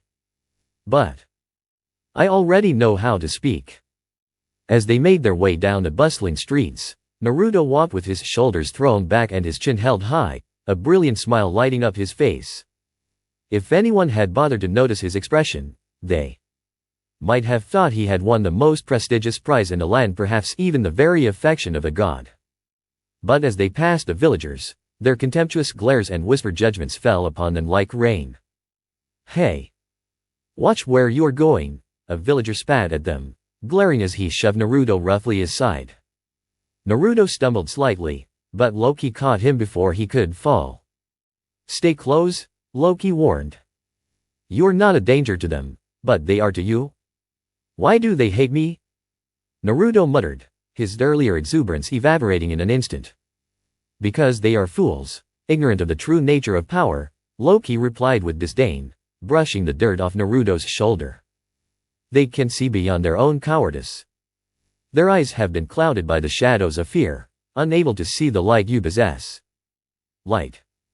Naruto looked up at him, puzzled. "Yes, the light of a burgeoning hero," Loki replied, "the kind they would kill to possess." Loki's tone was steeped in authority, yet it lacked the bitterness he usually wore like armor. This little boy, this runt of a ninja, stirred something within him, awakening emotions Loki had buried deep. Perhaps there was a way to harness that light. "Let's practice," he urged, guiding Naruto away from the disdainful gazes of the villagers. With newfound determination, Naruto took a deep breath. "You're right. I'll show them. I will become the strongest ninja." "That's the spirit," Loki encouraged as they approached the clearing once more.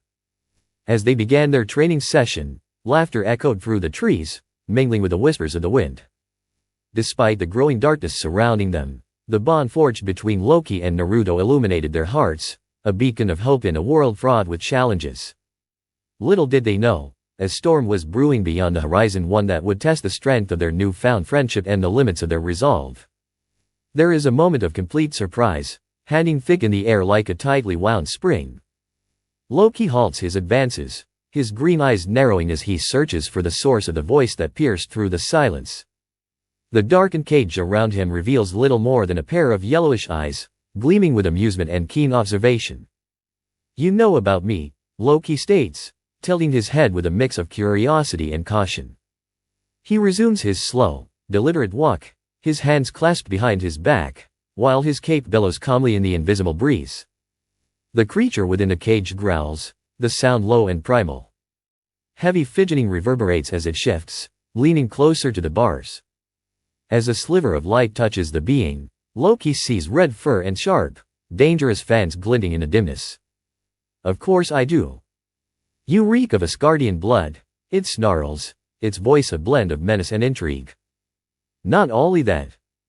The creature growls again, a low rumble that resonates within the cage. "Tell me, young god, what is the House of Odin doing in my domains?" "I am not from the House of Odin," Loki replies, a note of annoyance creeping into his voice. He turns his face slightly, affronted by the creature's presumptuousness. The Kyuubi, as he realizes now, saunters slowly forward, his features becoming fully visible. "Touch a nerve, did I?" The fox grins, amusement glinting in his yellow eyes as he lowers his head to scrutinize Loki more closely. "But it doesn't matter how much you deny it, young god. You reek of the All-Father's essence." Loki rolls his eyes, irritation simmering beneath his composed exterior.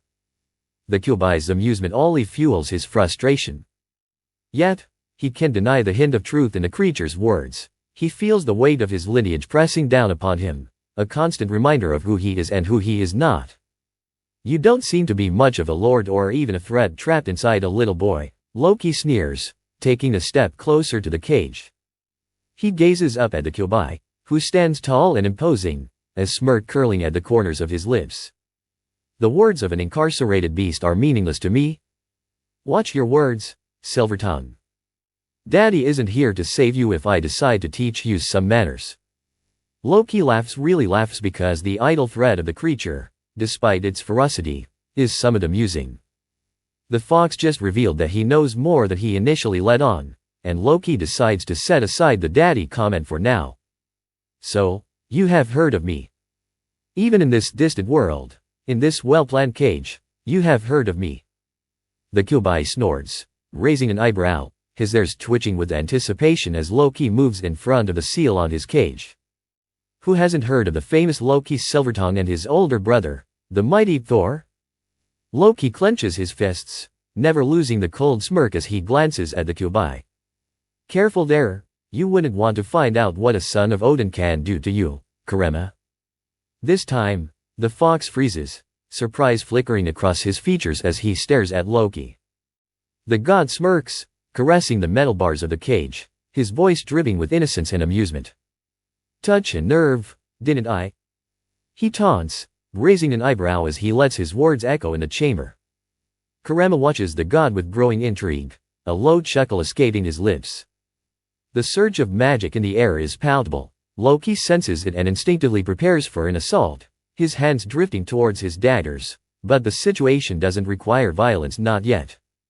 The fox merely bows his head, standing to his full height as the magic around him starts to shimmer and react. In less than a minute, Loki watches in awe as the creature undergoes a transformation. His body shifts, reshaping until a middle-aged man stands before him, dark red hair, broad shoulders, naked except for a black kilt wrapped around his waist.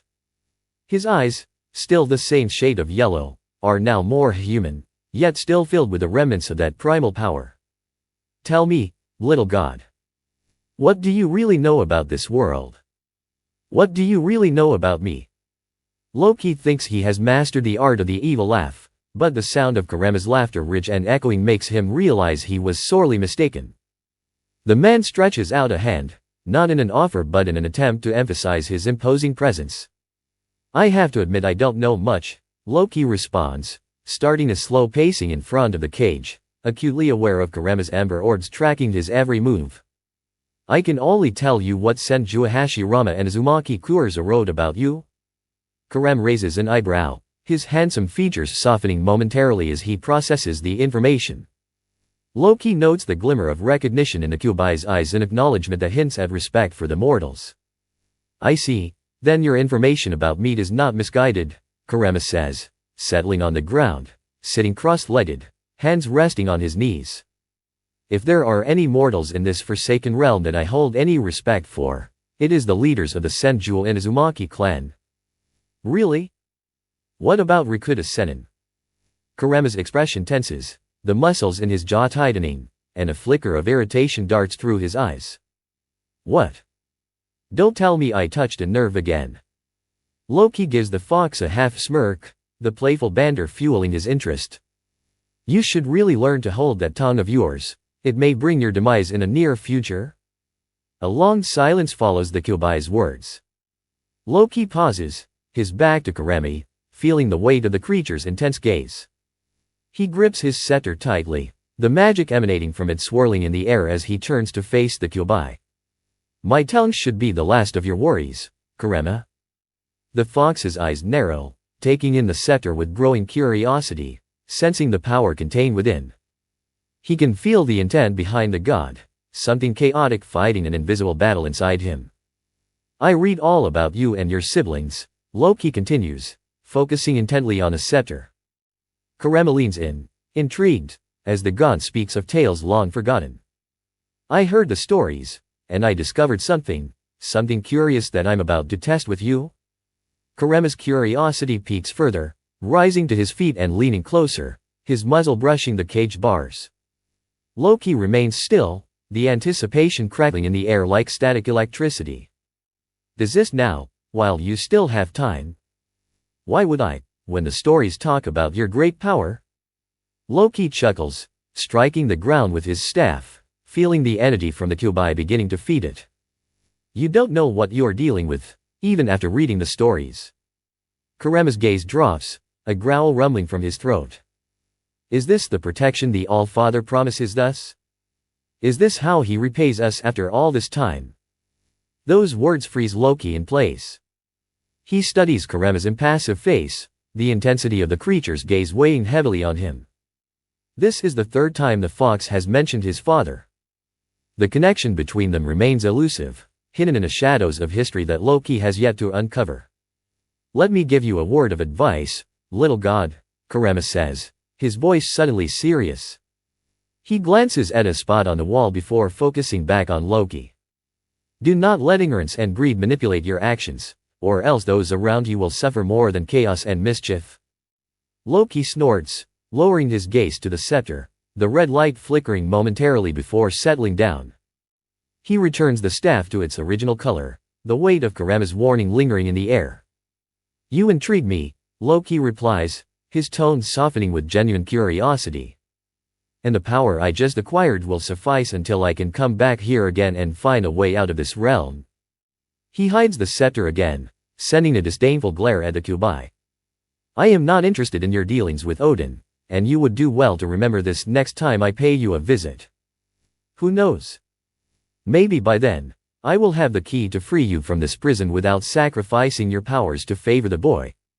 You really don't know what you're doing. Kurama snorts, amusement flickering in his eyes as they follow Loki toward the exit of the room. Did you know, little god, that what happens to me happens to Naruto? Loki halts, his cold green gaze snapping back to Kurama. Oh, yes. Kurama's voice drips with glee as he analyzes the sudden tension in the air. If I die, he dies. If I live, he lives. If I'm gone, he won't survive. Is it hard, isn't it? Loki remains still, the words hanging heavy between them. To be near the boy and not feel something for him? To be near him and not want to protect him. A deafening silence stretches out, and Loki purses his lips, his fists clenched tightly. Who do you think you are? Kurama growls, his eyes blazing like embers. You think you can waltz into my life and tell me what to do, little god? With a sigh, Loki leans against the bars, relaxing his posture, acknowledging Kurama's fury, and allows a small smirk to creep onto his face. Maybe I can. You don't know what you're stepping into? But the game seems rather fun, does it not? Loki teases, stepping away from the cage with confidence. If you feel you can save the boy, I can find another way to save you. Perhaps even to save us both. You are playing with fire, Loki, Kurama warns, narrowing his eyes in suspicion. And perhaps I'm just testing the waters of possibility? The fox's lips curl into a grim smile, amusement bubbling within him. Just remember, little god, that every action has consequences, and in this game of gods, you'll need more than just a clever tongue to survive. Loki smirks back at Kurama, a spark of challenge igniting in his green eyes. Oh, trust me, I have plenty of tricks up my sleeve. With that, Loki takes his leave, aware of the lingering tension in the air, while Kurama's gaze remains locked on him, a silent understanding forming in the void between them, a bond forged in darkness, possibility, and the promise of chaos. Later that day, Itachi Uchiha returned home, each step weighed down by a fatigue that settled deep in his bones. His muscles ached from relentless training, his skin bore the evidence of his efforts with wounds and scrapes that tugged at his consciousness. Half of his mind wandered back to the peculiar theories about gods he had heard earlier, thoughts that lingered like a ghost on the edges of his awareness. He couldn't help but feel that no one could push themselves so hard without divine intervention, yet he shook the notion away. He was a shinobi of Kanata, trained to rely on his strength and resolve, not some celestial being. As he slid off his sandals at the entrance, he barely suppressed a gasp when he lifted his shirt to reveal bruised skin.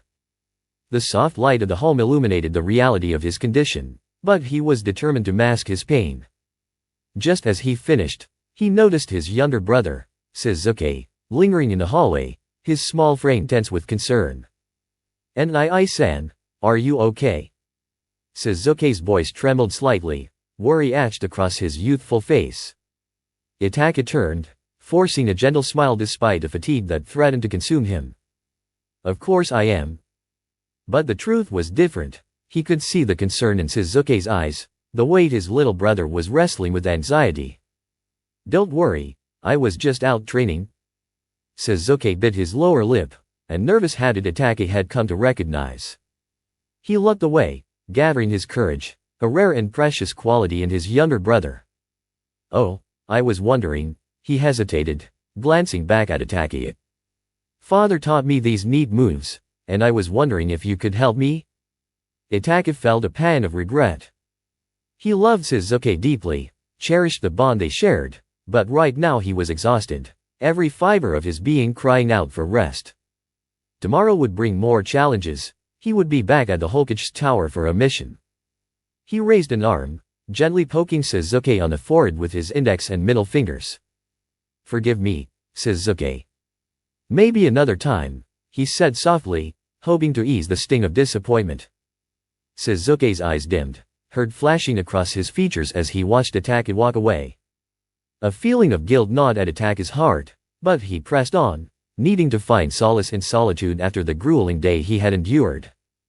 Time drifted by, each moment heavy with unspoken words and unresolved feelings. Rumors had begun to swirl through the bars and gathering spots of Kanata, tales of dark figures and ominous threats. Ordinary was still a name whispered in fear's sociopath with a penchant for the depraved, but he was not the only source of anxiety. There were whispers of cloaked figures adorned with red clouds and a man who called himself the Liesmith. Fearful tales unfolded in hushed conversations, for no one knew what these threats truly looked like or what intentions lay behind their enigmatic masks. Jiraiya, one of the legendary Sunin, was the first to take the rumors seriously. Known for his restless nature and penchant for adventure, he felt the stirrings of curiosity compel him forward. The idea of finding the Liesmith intrigued him, and soon he was determined to uncover the truth behind the tales. His instincts told him that the best way to reach this elusive figure was to follow the advice he had gathered, pray to him as if your life depended on it. At first, Jiraiya scoffed at the notion. Pray? To some self-proclaimed god? He dismissed the idea as absurd, yet as he dug deeper into the lore, a thread of belief began to weave itself into his skepticism. Just pray, Jiraiya-sama, the informants insisted. Go to a temple and write your prayer on a board. He will find you. You won't regret it. Jiraiya hesitated, memories of war flooding back. He hadn't set foot in a temple since the last conflict, and guilt gnawed at him, questioning whether the gods would welcome him back. Yet, his thirst for knowledge pushed him onward, leading him to the very temple he had avoided for so long. He entered the temple, the air thick with a spiritual weight. After a moment of reflection, he approached the prayer board and wrote his plea, his heart racing. Then he waited. 2 days later, his prayer was answered. A distinguished figure approached him, a man whose presence commanded attention. Broad shoulders and shoulder-length blonde hair framed a face that exuded confidence. A short beard accentuated his strong features, and deep blue eyes narrowed as they met Jiraiya's gaze. Clad in expensive attire, black leather, gold, and silver embellishments with hints of green, he carried a scepter that served both as a staff and a weapon. Jiraiya felt an instinctual chill run down his spine. This man was no ordinary individual. There was a resonance of power in the way he held himself, and the metal that adorned his garments seemed to pulse with an energy that was distinctly otherworldly. In all my travels, I never expected Jiraiya of the Sun to ask for my services. The man's voice rumbled, deep and commanding, sending another shiver through Jiraiya. Do tell me, Jiraiya-sama, what can I do for you? The man's smile, instead of reassuring, only amplified Jiraiya's unease. Lysmith, I presume? Jiraiya ventured, his voice steady despite his growing trepidation. The man nodded, settling down at the table, his back to the bar's entrance, hand resting atop the polished wood. Jiraiya studied him, searching for any hint of dissection. He lowered his gaze to the bottle of sake beside him, contemplating the situation. I thought the rumors were just that, rumors. Understandable, but I assure you, they are not. So please, don't waste this meeting testing my abilities. The Lysmith's smile turned wicked, hinting at a darker undertone. Be wise and test me in a manner that won't endanger any private property. Jiraiya weighed his options. There was something about this man dangerous yet oddly compelling. He loved this bar and didn't want to see it reduced to rubble due to an ill-advised confrontation. I require information, Jiraiya declared, resolute in his purpose. Of course, anything you want for a reasonable price. The man leaned back in his chair, a sly grin spreading across his face. Define reasonable, Jiraiya shot back, skepticism sharpening his tone. Money is not the only form of payment, the Lysmith said, his blue eyes gleaming with mischief. How about this, a favor for a favor? What kind of favor? Jiraiya leaned forward, curiosity piqued despite the growing tension.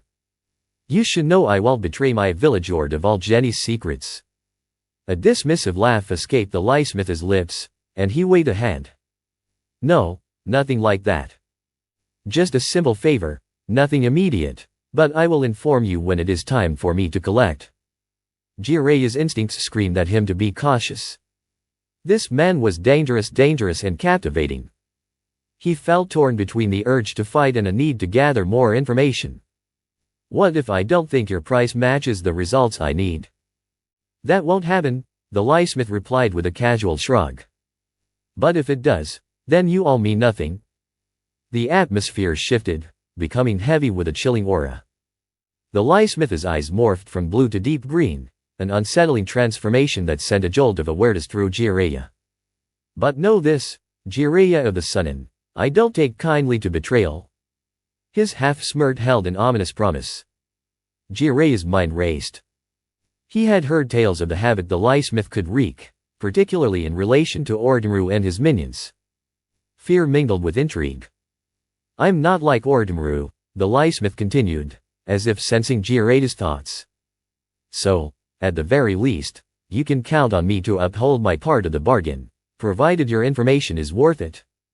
Very well, Jiraiya replied cautiously, a sense of resolve settling within him. Let's seal the deal. Loki extended his hand, and after a brief moment of hesitation, Jiraiya took it, feeling the subtle power radiating from the man. Tell me, then, what do you need? I need to know everything about a new group. I need you to tell me everything you can about Akatsuki. Meanwhile, across town, Naruto Uzumaki found himself in a familiar state of boredom. This was the reason he had climbed to the tallest building in Kanata, armed with a water bomb and a mischievous grin plastered across his face. He waited, filled with the excitement of a prank well planned, until finally, the moment arrived. What? Who the foo? A man's voice echoed below, panic and disbelief mingling in his tone as he realized what had happened. Naruto laughed, ducking behind the edge of the rooftop, delighting in the chaos he had created. The man was soaked, the pink dye staining his clothes as he shouted for help. Others joined in the laughter, enjoying the spectacle while the poor man shouted promises of revenge. With the sounds of commotion fading into the distance, Naruto dashed down the stairs, adrenaline coursing through him. He was determined to find a hiding spot before anyone could catch him. He slipped into a hotel room, momentarily safe from pursuit, waiting for the chaos to settle. Once he was satisfied that the coast was clear, he bounded out, rushing down the stairs with renewed energy, eager to explore the busy streets of Konoha. The sun shone brightly, and for a moment, he felt invincible. As he walked through the village, he noticed the looks people gave him, some of curiosity, some of disdain. Though it used to bother him, Naruto had grown accustomed to it. He had friends who believed in him, who saw him for who he was beneath the labels others placed on him. As he approached the Mount Hokage, he gazed up at the carved faces of the village's leaders, a thumb raised in silent tribute. "I'll be the best Hokage ever," he vowed to himself.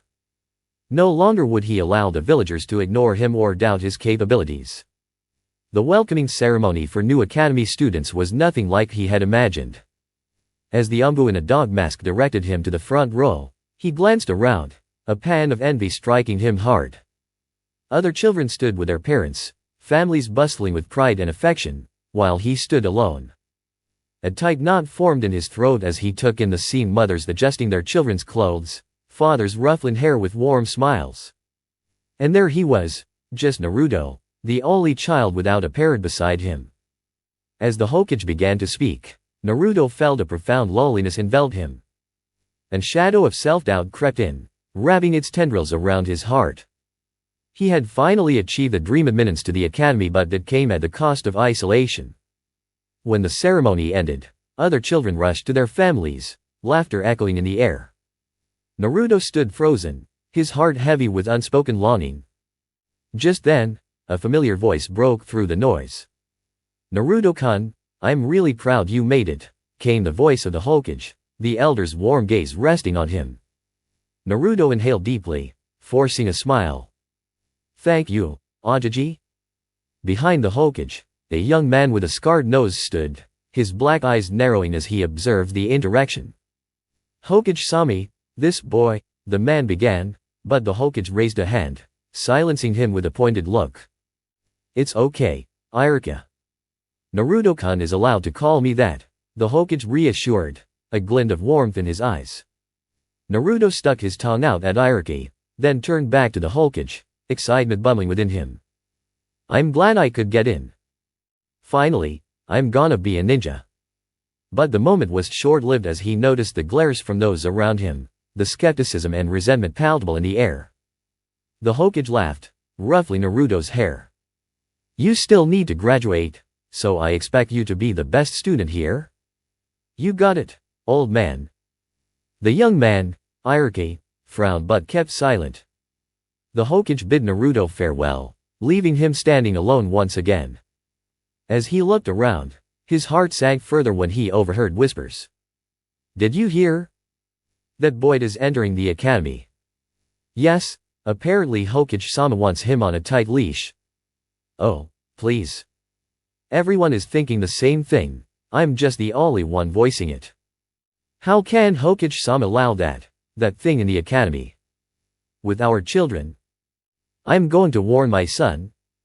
Better not let innocent children around him, we don't want them to be corrupted." Their words stung like daggers, and Naruto felt the weight of their disdain settle upon him. Turning to face them, he saw their contemptuous expressions.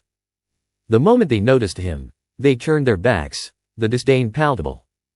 Swallowing hard, Naruto clenched his fists, feeling tears prick at the corners of his eyes. He couldn't bear it anymore. The ache of isolation was suffocating, and before he could think better of it, he took off running, his small legs carrying him as fast as they could, escaping the stares and whispers that followed him like a shadow. He needed to find solace, to remind himself of the dream he was fighting for. With every pounding step, He vowed to overcome the hate, to transform the whispers into cheers. He would prove them all wrong. He would become the Hokage and gain the respect he yearned for.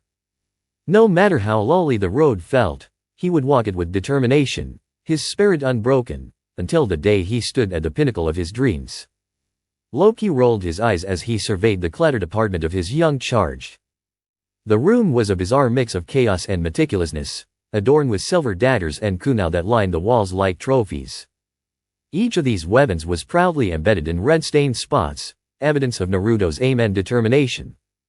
To an outsider, the place looked like a pincushion, but to Loki, it was a testament to the boy's relentless spirit. Yet, amid the weapons and scattered trading gear, empty ramen boxes lay strewn about, a glaring reminder of Naruto's poor dietary choices. Loki sighed, exasperated at the thought that this boy was living off nothing but instant noodles. He needs to eat something other than ramen for breakfast, lunch, and dinner, he mused. As he pondered Naruto's meals, an idea struck him. Perhaps he could take Naruto to Tsunagakure. The red-haired brat there had made quite the impression on Naruto, and the meat they served was excellent. Maybe they could even return to Kumigakure, where Naruto had enjoyed his time and formed some peculiar bonds. It was an enticing thought, one that momentarily distracted Loki from the chaos that surrounded him. Just then, the door swung open, and before Loki could utter a word, he was ambushed by an emotional whirlwind in the form of Naruto. The boy wrapped his arms around Loki's waist and buried his face against the trickster's hip. Loki looked down, noting the telltale tremors in Naruto's shoulders. The soft whimpers that escaped him tugged at something deep within the god of mischief. "Naruto, what happened?" he asked, more curious than concerned. It was hard for Loki to genuinely worry about anything. After all, denial was a marvelous thing. But the sight of Naruto's tear-streaked face made it difficult to maintain that facade. The boy's blue eyes shimmered with unshed tears, and Loki's heart sagged slightly. He was not accustomed to seeing the boy in distress. Can you tell me a story?" Naruto asked, his voice quivering. Loki blinked, momentarily caught off guard. It was an odd request, and he wasn't sure how to comply. He could feel the weight of the boy's misery pressing on him, compelling him to act. With a sigh, Loki leaned down and swept Naruto into his arms, the boy instinctively burying his face into the crook of Loki's neck, holding on tightly. Loki settled onto the unmade bed, sending a reluctant glance at the rumpled sheets. He adjusted Naruto, who was now nestled comfortably against him. The god of mischief had been here before, having shared tales with his own children, Fenrir, and Hel, after their nightmares. But this was different. Naruto wasn't his son, he was merely a boy who had somehow wormed his way into Loki's life. He swallowed hard, the memories of his mother, Frigga, flooding his mind. He could still picture her gently stroking his hair, her soothing voice telling him stories of bravery and adventure. Odin's tales of his exploits rang in his ears, memories of a simpler time, before chaos engulfed his life. But Odin wasn't my father, and Naruto isn't my son. Loki looked down at the boy, whose eyes were glistening with unshed tears. The sight tugged at something deep inside him, and without thinking, he flipped his hand, plunging the room into darkness. "Let me tell you the story of the mighty Thor, his younger brother, the god of mischief, and their companions, the warriors 3 and Lady Sif," he said, his voice low and inviting. Naruto's brows furrowed as he snuggled closer, listening intently. *Aho. My mama, *. The boy's eyes sparkled with excitement as he recalled a part of the story. Loki couldn't help but chuckle, shaking his head. He was familiar with Naruto's exuberance, the way the boy embraced each tale as if it were a living, breathing thing. And indeed, as he watched Naruto reenact Thor's adventures with wild gestures, the trickster felt a warmth spreading through him. "It's Mjolnir," Loki mumbled under his breath, but Naruto was too busy leaping around, enacting epic battles against imaginary foes to notice. Just then, Itachi walked into the room, his Uchiha demeanor a stark contrast to Naruto's vibrant energy. He raised an eyebrow, observing the scene before him. Naruto, in full battle mode, and Loki, arms crossed, an expression of mock annoyance on his face. Good morning, Loki-san, Itachi greeted, a hint of amusement in his voice. Playing, Loki spat the words as if they were poison, eliciting an eye roll from Itachi.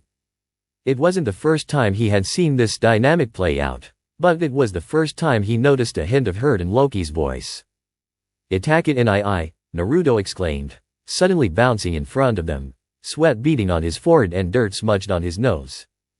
Naruto-kun, you are energetic this morning, Itachi remarked, smiling at the boy's enthusiasm. Yep. I'm going into the Ninja Academy. And last night, Naruto's voice trailed off as he glanced down, a shadow crossing his features. Loki told me an awesome story. Itachi's eyes flicked between Naruto and Loki, registering the almost slip. But before he could comment, Naruto's radiant smile returned. I'm really proud of you, Naruto-kun. That's why I brought a gift, Itachi said, reaching behind him to reveal a package. Naruto's eyes widened in disbelief. A gift? Why? Because entering the Ninja Academy means you're a big boy now. Big boys can't go around dressing like little kids, but like ninjas, Itachi explained, a fond smile on his lips. As he handed over the package, Naruto enveloped Itachi in a tight hug, gratitude spilling from him. Thank you, he mumbled, overwhelmed by the kindness. It's my pleasure, Naruto-kun. I know you'll do well in the academy, Itachi replied, ruffling Naruto's hair affectionately. Later, as they made their way back to the village, Loki walked beside Itachi, a few steps behind Naruto, who was too busy prattling on about his excitement for the academy. Is it true? Itachi turned to Loki, curiosity etched on his face. That when you enter this academy, you are considered an adult? That you should be given a gift of some sort, Loki furrowed his brow, deep in thought. Yes, usually, if the family is a shinobi one, they would give their child their first ninja gear. If you're part of a civilian family, they usually gift you with something else, like weapons or a vest, Naruto doesn't have any family, Itachi stated matter-of-factly. Yes, he does, Loki countered, meeting Itachi's gaze with surprising intensity. He has me, and he has you? The Uchiha's black eyes softened, and he nodded, understanding the implications. Please, don't spoil this, or I will hunt you down and rip you apart. God or not God? Loki blinked, taken aback by the unexpected threat. It was a curious thing, this fierce protectiveness over a boy who had no blood ties to either of them. The trickster had always been more of an outsider, but the thought of being targeted for Naruto's sake stirred something within him. Do not concern yourself, Uchiha Itachi. I do not intend for any harm to befall Naruto. Not from my hand or the hands of others, Loki assured him. Itachi nodded once, turning his back to Loki to catch up with Naruto, leaving the god of mischief to his thoughts. It was astonishing how quickly he had found himself entangled in this peculiar web of relationships. With a huff of amusement, Loki set off to find a suitable gift for Naruto. Naruto stood in front of the mirror, adjusting his shirt and vest with a critical eye. He had never seen himself like this before. The clothes he usually wore were hand-me-downs, often torn, or stained, remnants of his carefree antics around the village. Today was different. Today, he was dressed in black cargo pants that felt comfortable and sturdy, the perfect fit for a young ninja. The vest was striking, an orange hue adorned with a swirling red design on the back, an emblem of his individuality. He wore a simple black t-shirt beneath, embroidered with a similar whirlpool motif over his heart. You look presentable, Loki commented, leaning casually against the door frame. Naruto shot him a skeptical look. Really? Yes, it is fitting of your new position, Loki replied, tilting his head slightly, a mischievous glint in his eyes. With a flourish, Loki produced a small box from his pocket. This is something for you, a gift for the next step toward your adulthood. Naruto's breath caught in his throat as he eyed the box, curiosity mingling with excitement. As Loki opened it, the sight of a pendant caught Naruto's eye. It was unlike anything he had seen before. And shining silver pendant with intricate designs etched onto its surface. "It's beautiful," he exclaimed, taking it into his hands. "Wear it always," Loki instructed, his tone unexpectedly serious. It carries the weight of your potential. Let it remind you of your strength, courage, and the journey ahead. Naruto stared at the pendant, overwhelmed by the gesture. "Thank you, Loki. I promise to wear it always." As he fastened the pendant around his neck, a sense of warmth spread through him, mingling with the hope that filled his heart.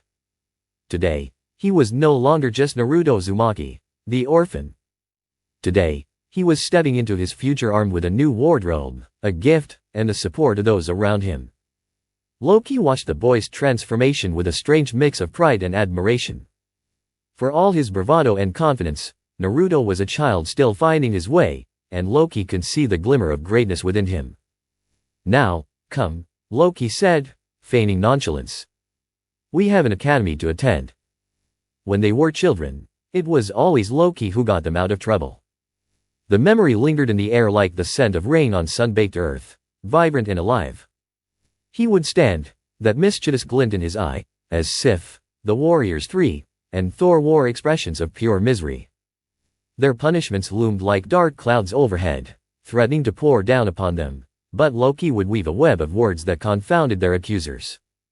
His voice, smooth as silk, would wrap around the older gods like a soft embrace, and soon Odin would forego their punishment, letting the children go back to their games. It was this talent that earned him the name Silvertongue. Thor and the others used it affectionately, a badge of honor that signified Loki's skill, innovation, and charm. Courtiers whispered other names, but none held the warmth that his friends bestowed upon him. To Loki, that mattered more than any royal title or formal accolade. He felt a sense of belonging, of being part of something greater as he stood shoulder to shoulder with his companions, embarking on grand adventures that would echo through the halls of Asgard for ages. All of Asgard trembled when they heard the laughter of the two sons of Odin, their joy ringing out like a clarion call. It heralded mischief, something that made the world seem just a little brighter, even if it meant trouble for those caught in the wake of their antics. Their friends trailed behind them, and together, they created a ruckus that seemed to shake the very foundations of the realm. Years rolled on, and as dawn broke over Asgard, Thor stood alone on the balcony of his chambers, gazing out at the world beyond. The sky was painted in hues of orange and pink, but his mind wandered elsewhere, lost in thoughts of Jane, of Loki, of answers that eluded him. He had always been the protector, the one who stood strong against the tide of darkness, but today, he felt the weight of uncertainty pressing down on his shoulders. "Is it morning already, my prince? I see you've been spending quite a bit of time in my father's quarters." Thor turned, startled, to find Fenrir standing in a doorway. The young man approached with a fluid grace, his dark hair contrasting starkly with the bright light of the morning. Fenrir wore a half-smirk, his sharp fangs glinting in the light, his green-black eyes shimmering with mischief. He was dressed simply, in gray and red, but around his neck hung a golden and silver collar adorned with a single blue gemstone that caught the light, drawing attention to him like a magnet. "I see you've adopted the same habits as my brother, nephew." The smile on Fenrir's face widened as he came to stand beside Thor. "You've certainly improved with age." Thor chuckled, the warmth of Fenrir's presence a welcome distraction from his troubled thoughts. "You flatter me, Fenrir. Perhaps I've learned a thing or two from Loki after all." Fenrir's gaze softened, though there was a hint of sadness behind it. He lowered his eyes, as if the weight of their shared loss pressed heavily on his heart. "Are you well, Fenrir? You look sorrowful." "Aren't we all?" Fenrir shrugged off Thor's hand as he leaned against the railing, staring out into the vastness. "Aren't we mourning my father's death? Isn't that why you are always here, uncle?" Thor's expression darkened, memories of Loki's departure clouding his thoughts. "Loki still lives," he insisted, his voice firm, tinged with an unwavering hope. "Of that, I am certain." Fenrir sighed, tilting his head to hide the doubt in his eyes. "If he does, why isn't he back? Why hasn't he asked to return? Fenrir's tone turned bitter, laced with resentment. Maybe father is wise to keep away from Asgard. Why would he return to a place where he isn't appreciated? Thor matched Fenrir's scowl, frustration bubbling to the surface. Loki did wicked things, yes, but he is still my brother. He is still a prince of Asgard. He is loved and missed. If he hasn't come back, it's because he can't.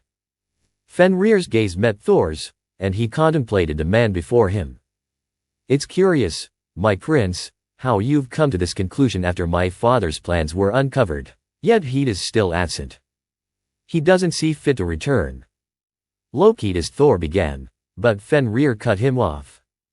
Father, all he ever wanted acceptance. He wanted to be seen as your equal, to make the All-Father proud. But all he found was death, loneliness, and mistrust. Fenrir stepped into the room, his fingers brushing against the only thing Loki had left behind, a helmet. He stroked the cool metal with affection and regret, memories flooding his mind. You say you want him back, uncle, but he is gone. And whether he's alive or not, there's nothing you can do about it. Thor tensed, stepping closer to Fenrir. You're wrong, he said, his voice low but steady. My brother taught you well? Fenrir looked up, surprised by the warmth in Thor's voice. You speak like him, Fenrir. But you still need practice. A bubble of pride welled within Fenrir, but it quickly faded as he turned back to the helmet. Someone has to fill the void father left behind. Until he returns, Thor affirmed, his tone lighting. For now, let us train. Today I feel like honoring my brother with a training session. Fenrir smirked. I don't think I could handle it at all, uncle. Thor laughed, shaking his head as he gently nudged Fenrir out the door, dragging him down to the training grounds. Meanwhile, Odin stood beside Heimdall, his one eye scanning the horizon. The stars twinkled above them, casting a faint light over the myriad of worlds that lay before him. What can you see, Heimdall? He asked, the familiar question spilling from his lips.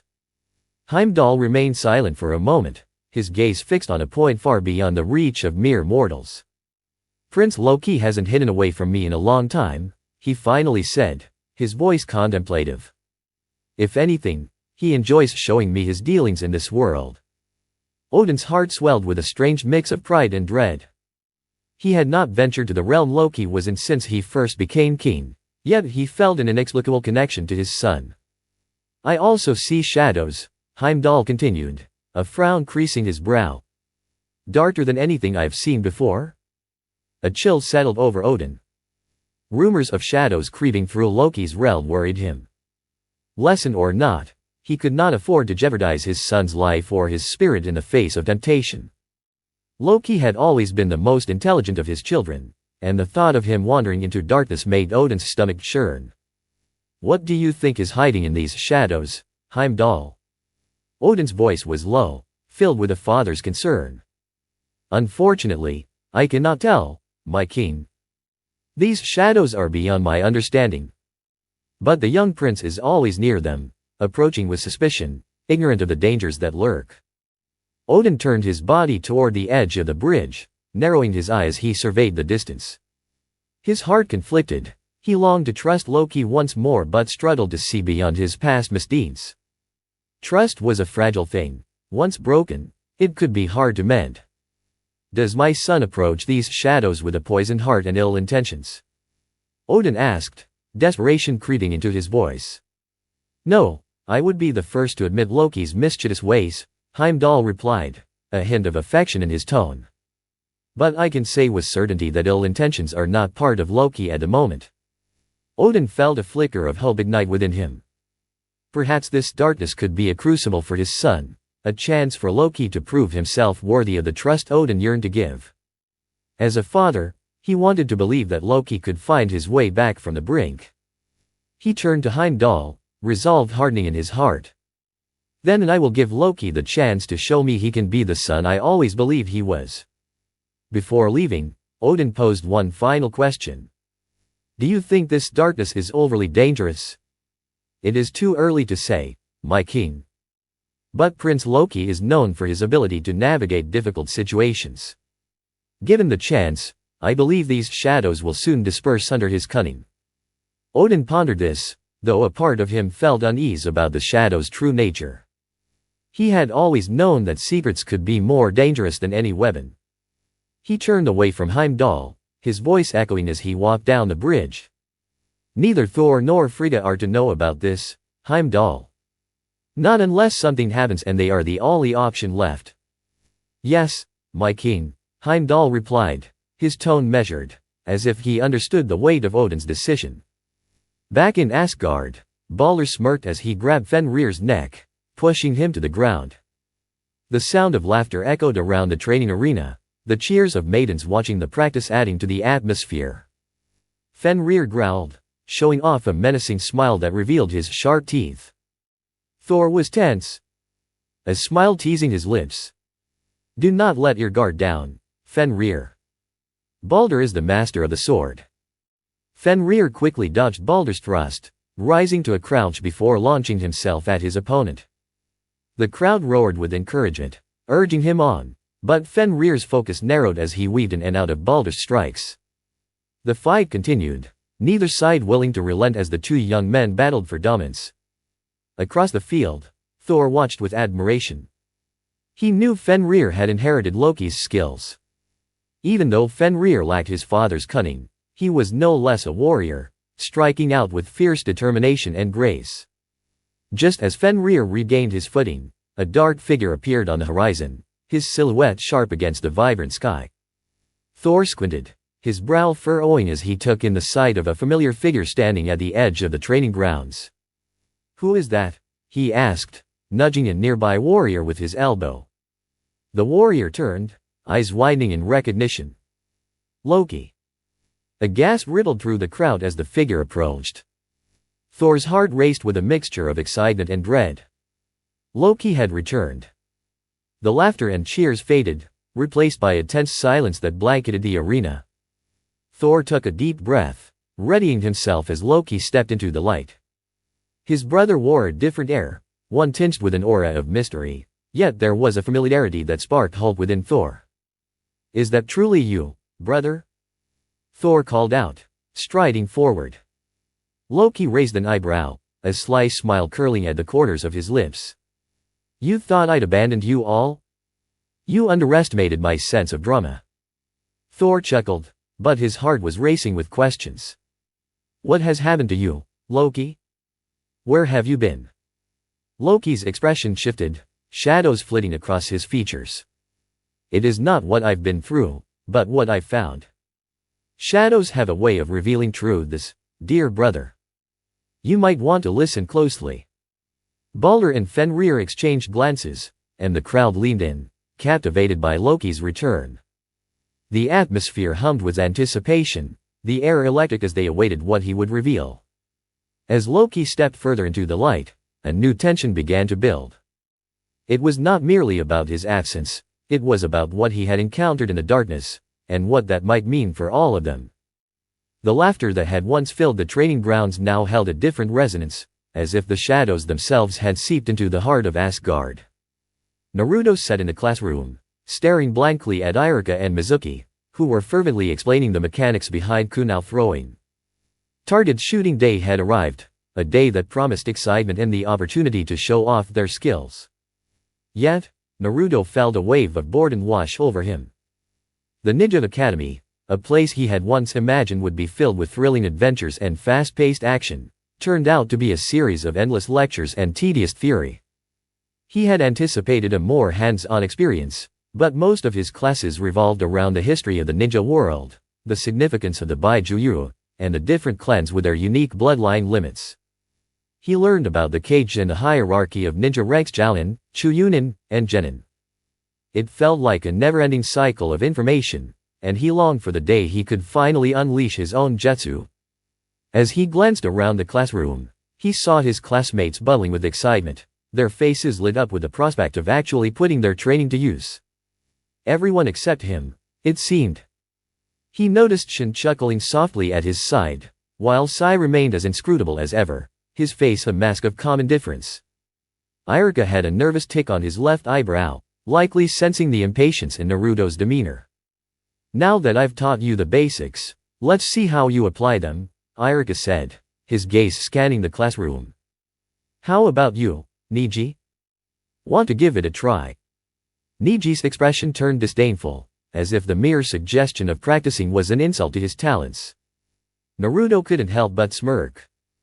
Neji might be a prodigy, but it was hard to imagine him hitting all the targets. Naruto crossed his arms, a skeptical expression etched on his face as he watched Neji prepare to throw. Neji stepped up, his Bikudan activated. With a swift flick of his wrist, he sent a kunai hurtling towards the target. The class held its breath as the kunai struck the board. One bullseye. The crowd erupted into applause, but Naruto remained unimpressed. Neji was talented, no doubt about it, but he wasn't perfect. "Excellent, Neji. You did well," Iruka praised, removing the kunai from the board. As the applause died down, Naruto's competitive spirit ignited. "Can I try it, Iruka-sensei?" he asked, a mischievous grin creeping onto his face. Iruka turned, surprised. "Do you really think you can do it, Naruto?" Mizuki chimed in, a smirk on his face. "If you hit all the targets, you won't have to take the written history exam." Naruto's eyes lit up with determination. "Really? You promise?" "Yes, but you have to hit every target," Mizuki replied, barely concealing his delight at the challenge. Naruto's heart raced with excitement as he grabbed the kunai from the pile. This was his chance to prove everyone wrong. With a flick of his wrist, he hurled the kunai at the first target. It hit perfectly, followed by the second and third in quick succession. The classroom fell silent, and Naruto felt the exhilaration rush through him as he nailed every shot, one after the other. And no way. Lee was the first to break the silence, his voice filled with awe. "Naruto-kun. You did it. The fire in you burns like 1,000 suns."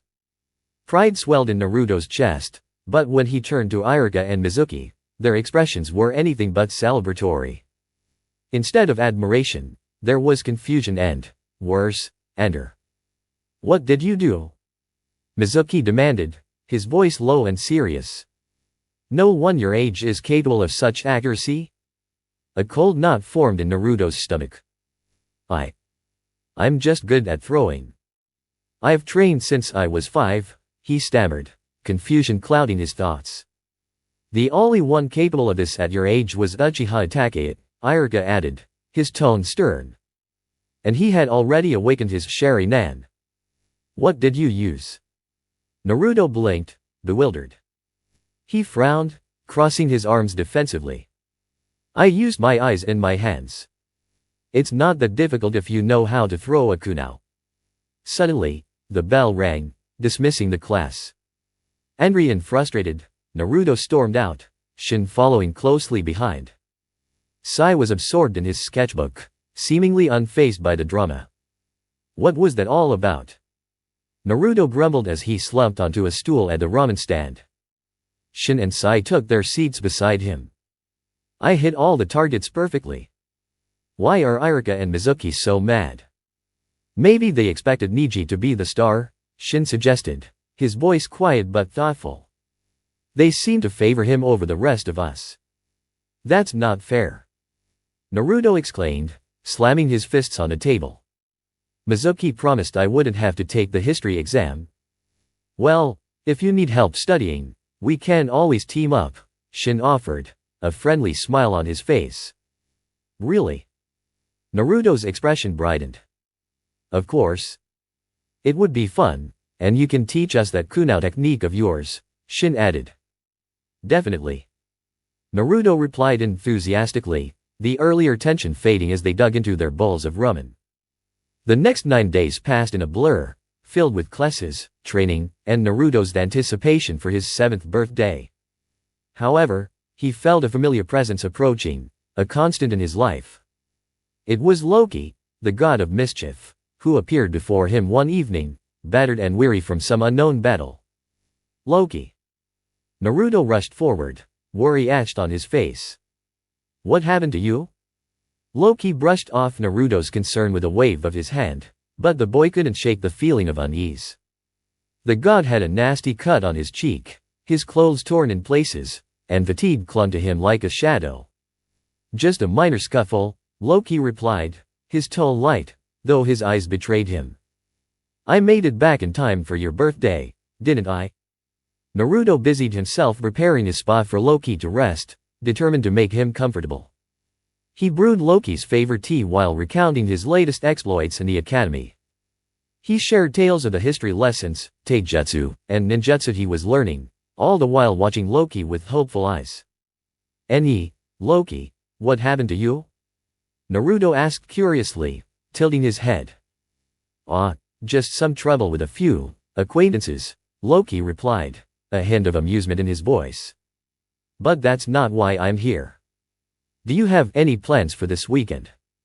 Naruto's eyes lit up. No. Shin and Sai are going with their guardians, and Lead is off running around the village. Why? Loki's expression turned serious as he leaned closer. I could use some help on a few missions. Would you be interested in accompanying me? Naruto's excitement bubbled over, and he hopped up, barely containing his joy. Really? I can help you? This is going to be just like the stories you tell me. Loki chuckled, ruffling Naruto's hair. Exactly. But you need to know your ninja tricks first. Okay, I'll study hard. Naruto promised, his blue eyes shining with eagerness. Can you tell me a story in the meantime? Loki raised an eyebrow, contemplating. You mortals and your stories. Very well, but you must promise to listen closely. As Loki spun tales of gods and heroes, Naruto found himself captivated. The god's words painted vivid pictures in his mind, stirring his imagination. Yet, beneath the enchantment of the stories, Loki sensed something deeper. Naruto's ambition, his desire to be brave and powerful, echoed in the stories they shared. Days turned into nights, and as Naruto's 7th birthday approached, Loki knew he wanted to make it special. He could feel the weight of expectation pressing down on him, both for Naruto's sake and his own. This birthday would mark a turning point in Naruto's life, a chance for him to embrace his destiny. When the day finally arrived, Naruto awoke with excitement tingling in his veins. After his morning classes, he rushed home, where Loki awaited him, a sly grin on his face. Are you ready for our adventure? Loki asked, his eyes gleaming with mischief. Yes. Naruto replied eagerly. What are we going to do? First, we need to visit an old friend of mine, Loki said, guiding Naruto through the bustling streets of Konoha. And you'll need to keep your eyes and ears open. They arrive at a small, unassuming temple, its walls adorned with wooden plates filled with prayers and requests. Naruto ran his fingers over the inscriptions, intrigued by the words that seemed to hold secrets of the past. Who is this Smith? He asked, reading one of the planes. Loki's expression shifted, a hint of pride flickering in his eyes. That's one of my names. People come here to ask for favors. Favors? Like what? Naruto asked, curiosity piquing. Anything from simple wishes to complex requests, Loki explained, glancing at Naruto. But I don't grant just any wish. Only those that amuse me. Naruto furrowed his brow, processing the information. So, you help people? In my own way, Loki replied, his voice contemplative. But I don't meddle in mortal affairs for free. There's always a price. Do you think you can help me? Naruto asked, eyes wide with hope. Loki paused, the weight of his past choices hanging in the air. You already have the potential to shape your own future, Naruto. You just need to believe in it. Determination flared in Naruto's heart. I will. I'll show everyone what I can do. Loki smiled, a hint of mischief returning to his expression. Then let's make this birthday one for the ages. And with that, their adventure began, A thrilling escapade that would lead Naruto to discover not only his strength but also the deeper bonds of friendship and the allure of the world around him. The path ahead was filled with trials and triumphs, but one thing was certain. This was just the beginning of a journey that would forever change his life. I hate him. Hela arched an eyebrow, sitting comfortably on her throne, her piercing gaze following her younger brother, Fenrir. The young man was pacing with agitation, his hands gesturing wildly as he voiced his feelings. Hela waited patiently, knowing that allowing Fenrir to rant would be the best way to let off his steam. She was well aware of who he was bending about, for his hatred was no secret in their realm. "My lady," one of the servants ventured, but Hela raised her hand to stop him. With a subtle gesture, she encouraged him to proceed with a request she had made earlier. Visits from the realm eternal were rare, and when they did occur, it was typically their father bringing mischief along with him. A tug at her heartstrings reminded her of their father's recent fall from grace. The wound was still too fresh, too painful to even be treated as a joke. "Would you like some wine, brother?" Hela offered, her tone calm and inviting. Not as if the training session wasn't enough. Not as if the lack of support from our dear uncle isn't enough. Baldur the Cretan keeps talking about father behind my back. Fenrir's voice rose, a dangerous green gleaming in his eyes. Hela rolled her eyes and took a long sip from her wine glass, allowing Fenrir to continue his tirade. By now, he had half the staff on edge, feeling the heaviness in the atmosphere as his anger permeated the air. "Are you quite done, brother?" Hela's voice, suddenly firm and resonant, brought Fenrir to a halt. "There is a warm meal awaiting you, and this fine wine would delight your palate if you'd give it the chance." Food. The prospect of a meal immediately softened Fenrir's demeanor. Hela smirked, knowing that food was one of the few things that could hold his attention long enough to distract him from his fury. He rushed to the table, his eyes lighting up at the sight of all his favorite dishes laid out before him. "Thank you, my lovely lady." He sat down, bowing graciously to Hela before digging into the boar before him with unrestrained delight. Hela watched him with a mixture of nostalgia and affection.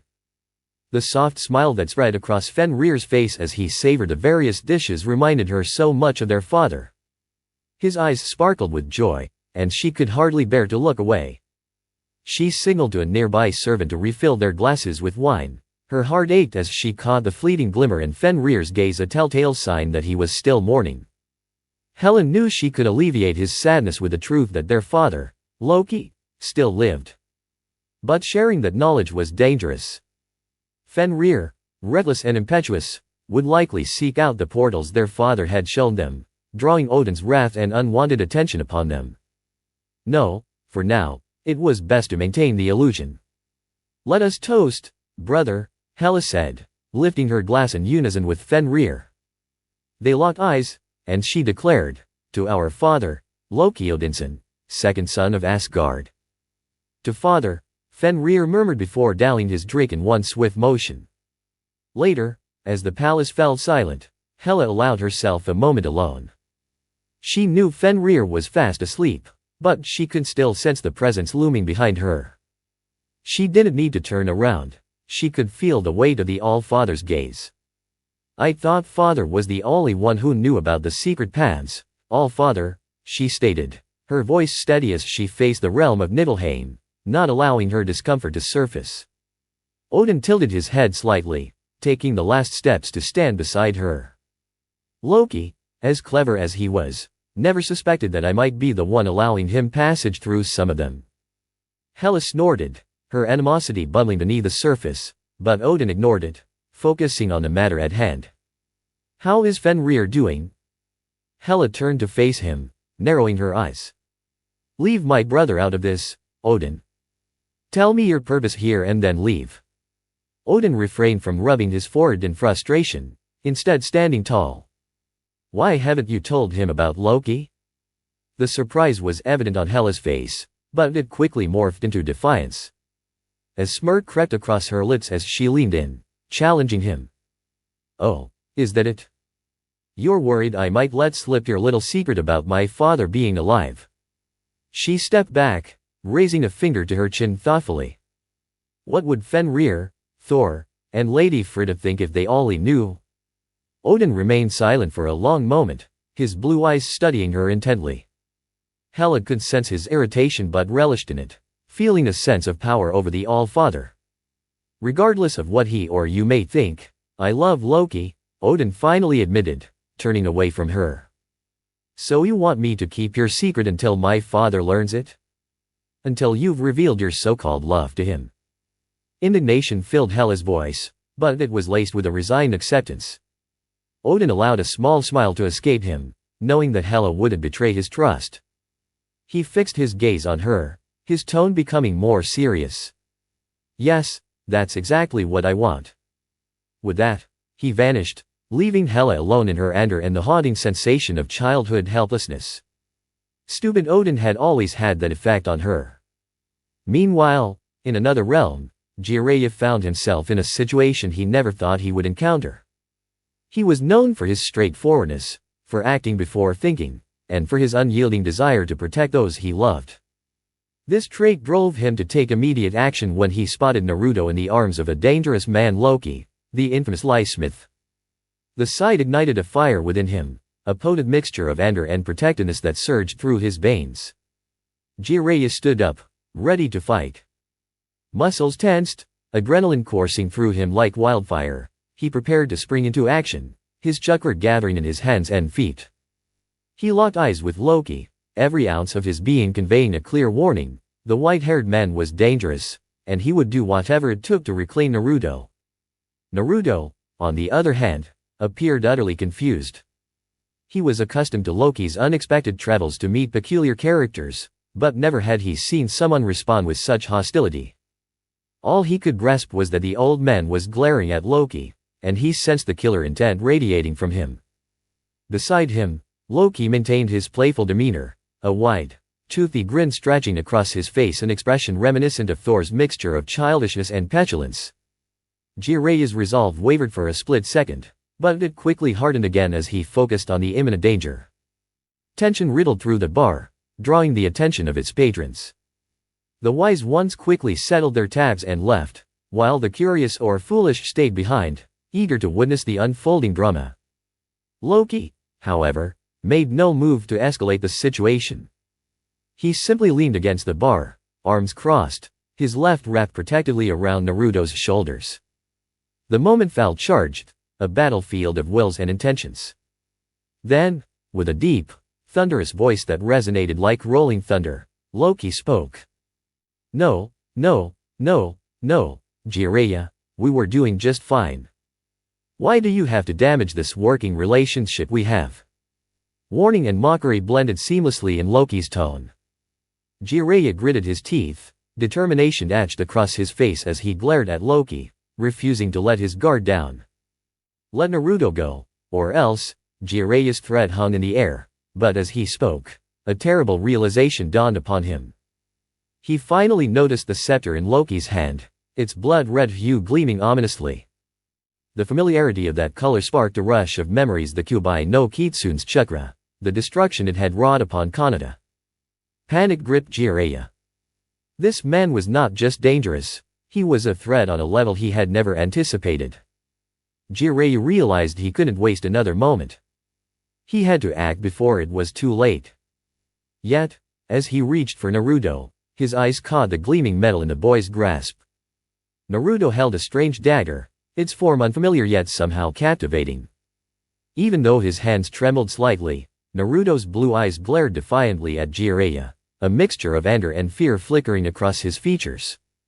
Loki, sensing Jiraiya's hesitation, signaled toward the chair the Sun had occupied moments before. Please, Jiraiya, sit. There's no need for us to do something foolish. The authoritative tone in his voice commanded attention. Reluctantly, Jiraiya complied, knowing that fighting would only endanger Naruto further. Loki's smirk grew wider as he watched Jiraiya struggle with his instincts. I'm not doing anything until you give Naruto back, Jiraiya protested, his voice laced with frustration. The tension hung in the air, the three of them locked in a silent standoff. Stop talking about me as if you know me, old man, Naruto interrupted, his youthful voice cutting through the tension. He was growing increasingly impatient, his arms crossed defiantly as he glared at Jiraiya. "Oh, but you see. I do know you, little ninja," Loki replied, amusement dancing in his eyes. "You're the child of prophecy, the one destined to unite the villages. You're so precious, so full of potential." He turned his gaze back to Jiraiya, the glimmer in his eyes becoming predatory. "And yet, you'd endanger him for the sake of your pride, wouldn't you?" Jiraiya clenched his fists, feeling the truth in Loki's words. The tension was palpable, yet the impossible seemed to draw closer as the conversation escalated. "Stop manipulating him, Loki!" Jiraiya shouted, his voice echoing throughout the bar. "He's just a kid." "Yes, a very gifted child, and I mean him no harm." Loki's tone shifted, becoming almost melodious as he leaned in, his words caressing the air. "I have plans for him, great ones." "I'm not going anywhere with you," Naruto protested, shifting away from Loki's grip. Now, little ninja, calm down," Loki said, a hint of irritation creeping into his tone. "You'll only make this harder on yourself. It's already difficult enough to keep your dear mentor from getting in the way." The scene swirled around him as confusion seeped into Naruto's mind, leaving him questioning everything he thought he knew. Jiraiya watched in horror as Loki's grip on Naruto tightened. The world faded, and for a moment, the air thickened with impending chaos. Suddenly, there was a flash, a cascade of brilliant light that enveloped the bar, disrupting the tension that had settled over them. The bright radiance surged forth, casting shadows that danced across the walls, breaking through the weight of uncertainty that had blanketed the three figures. In that fleeting moment, as the world blurred into brilliant hues of blue and gold, Jiraiya realized he would fight to the end for Naruto, no matter what it took. Rain fell steadily from a slate-gray sky, each drop a tiny drum beat against the cobblestones of the deserted streets. The chill in the air made the wind whistle mournfully, a haunting sound that echoed through the otherwise silent village. A pair of cloaked figures moved with purpose through the downpour, their dark attire blending into the shadows cast by the towering buildings around them. As they approached a discreet door tucked away in the back of one of the tallest structures, the world outside seemed to fade away, swallowed by the storm. Upon reaching their destination, they exchanged hushed words, the incantation barely audible over the patter of rain. In a flash, they vanished from sight, stepping into a realm devoid of sound. Inside the building, the atmosphere shifted dramatically. The relentless rain became a mere memory, muted by thick walls and a sense of secrecy. Footsteps echoed softly as they traversed empty corridors, their urgency palpable. When they finally reached a door, it swung open to reveal a young man with spiky orange hair. His eyes held a peculiar riddle-like pattern, a sign of his lineage and potential. Beside him stood a woman with blue hair cascading over her shoulders, adorned with a single paper rose. "Late again, I see," the orange-haired youth remarked, arms crossed, a teasing smile playing on his lips. "Yeah, well, the idiot over here insisted on chasing down that bounty," Hayden retorted, shooting a glare at his companion, Kakuzu, whose expression was one of smug satisfaction. "It was a lucrative opportunity," Kakuzu defended, a smirk curling his lips.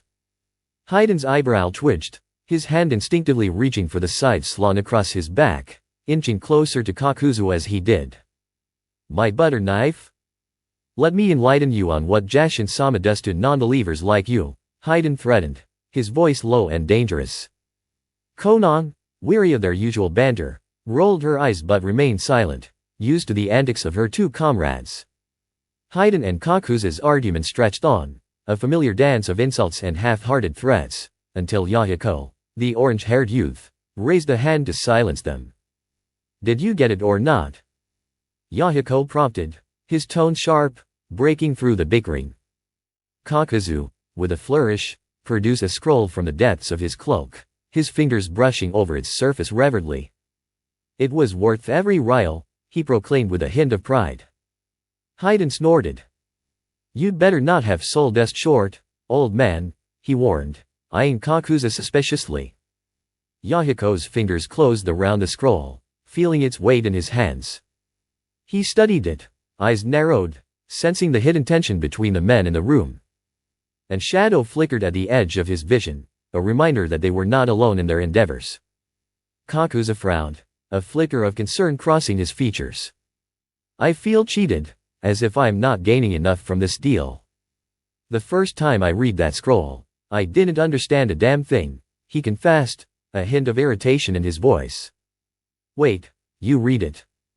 Yahiko whispered dangerously, suspicion threading through his words. Of course.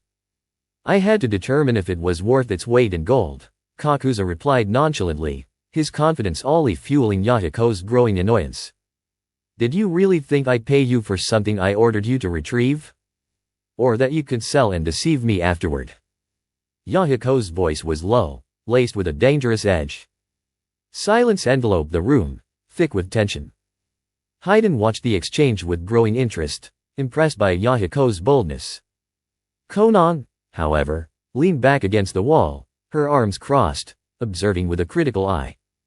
Had you done so, you wouldn't be alive, Kakuzu. It doesn't matter how many hearts you possess, I assure you, you wouldn't feel a thing when I ended your life. Yahiko's voice was steady, his gaze piercing. Today, I'll forgive your words. But don't let it happen again, he warned before striding past Kakuzu, heading into the adjacent room. Konan followed, her expression a mix of concern and curiosity. As soon as they crossed the threshold, a solid concrete wall erupted from the floor, sealing off the exit. The duo moved deeper into the building, finally arriving at a dimly lit room where a figure awaited them. Sitting cross-legged in the middle of the room, a hand covering his face, was a strange man. His short, spiky hair was the only visible feature, shrouded in shadows. Upon hearing their approach, he rose fluidly, revealing a mask adorned with a single eye hole. Oh, they found it, the masked man stated, his voice deep and resonant. Right where you said it would be, Yahiko replied, handing over the scroll, his curiosity piqued. Why didn't you retrieve it yourself? The man shrugged, opening the scroll without concern for Yahiko or Konan's gaze. Complications, as you know. Besides, if we have people who can do the work for us, why not utilize them? Yahiko's eyes narrowed. Is this the scroll about the gauntlet you mentioned? He pressed, glancing out the solitary window, his mind racing with possibilities. The masked man smirked, his visible eye gleaming with dark intent. Yes, this scroll leads us to the gauntlet capable of holding the Baijuyu's power. As he spoke, a flicker of fear danced in his mind, an unwelcome memory surfacing. The void that had consumed him, the relentless darkness he had endured since his fall. Uchiha Madara had once been a figure of power and pride, the head of a proud clan, now reduced to a mere tool in another's game. A chill swept through him, a prelude to the presence that loomed nearby, one he had summoned with great reluctance. Madara swallowed hard, feeling the coldness seep into his bones, anticipating the voice that would soon pierce the silence. I hope you have news, good news for me, my pet, the voice roared, echoing through the void. I do. My men found the scroll you spoke of, Madara replied, each word a struggle against the fear tightening around him. The laughter that followed sent shivers down his spine, 1,000 needles pricking his skin. Good, good. What else? The entity demanded. We weren't the only ones searching, but we were the first to locate it. I've also learned that this individual possesses the remaining scrolls, Madara confessed, feeling the weight of the presence bearing down on him. A low growl reverberated through the air, and Madara flinched, awaiting the reprimand he knew was coming. Yes. I've seen him. The little god that fell from the realm eternal. He calls himself Lie-Smith, but we've heard names like Thor, Fondrel, Sif. Madara's voice wavered as he spoke. The laughter returned, more ominous this time, churning in Madara's gut. Yes. The second-born, the forgotten son.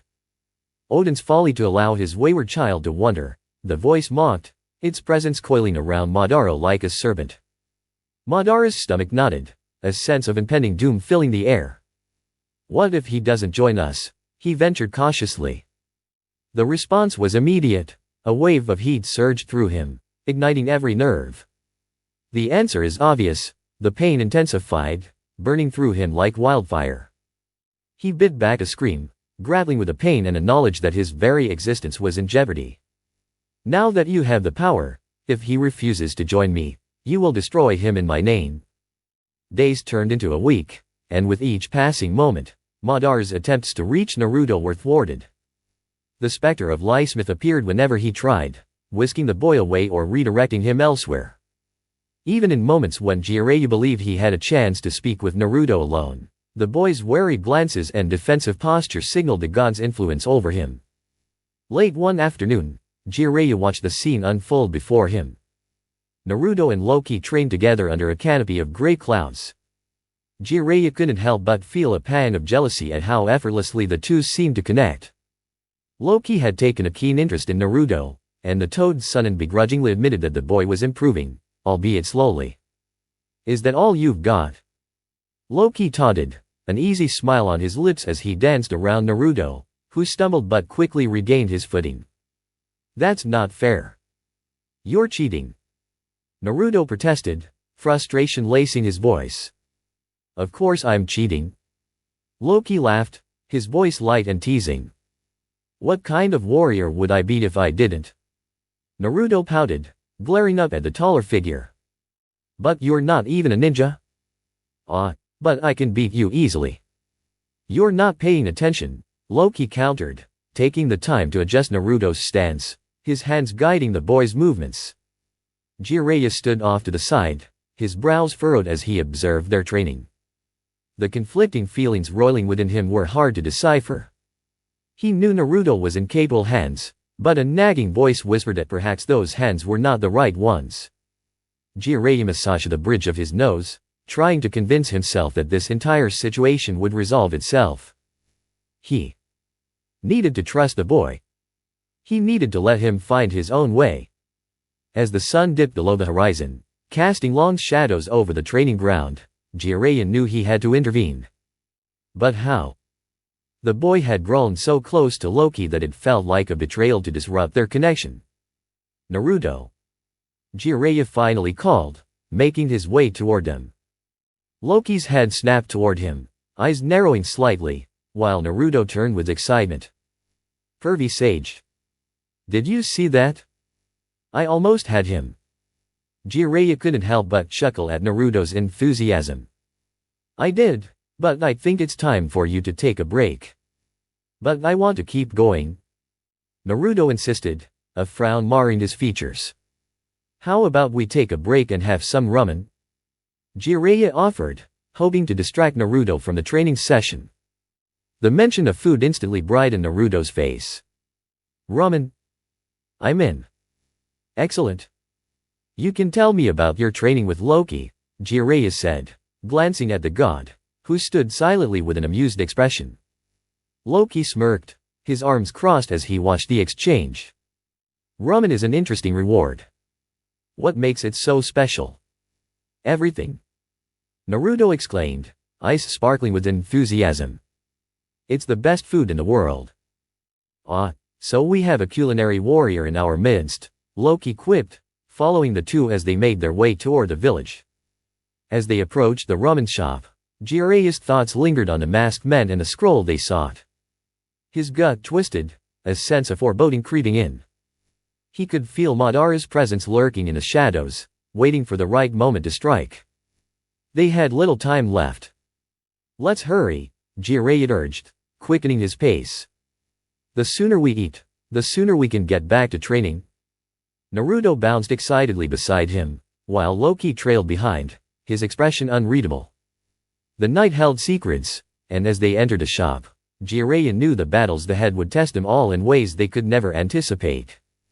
Jiraiya sprinted through the forest, his heart pounding in sync with his feet. The wind whipped past him, and the world around him blurred into a streak of green. Time was not on his side. He needed to reach Konoha and warn them. There was no opportunity for grand summoning rituals or dramatic displays.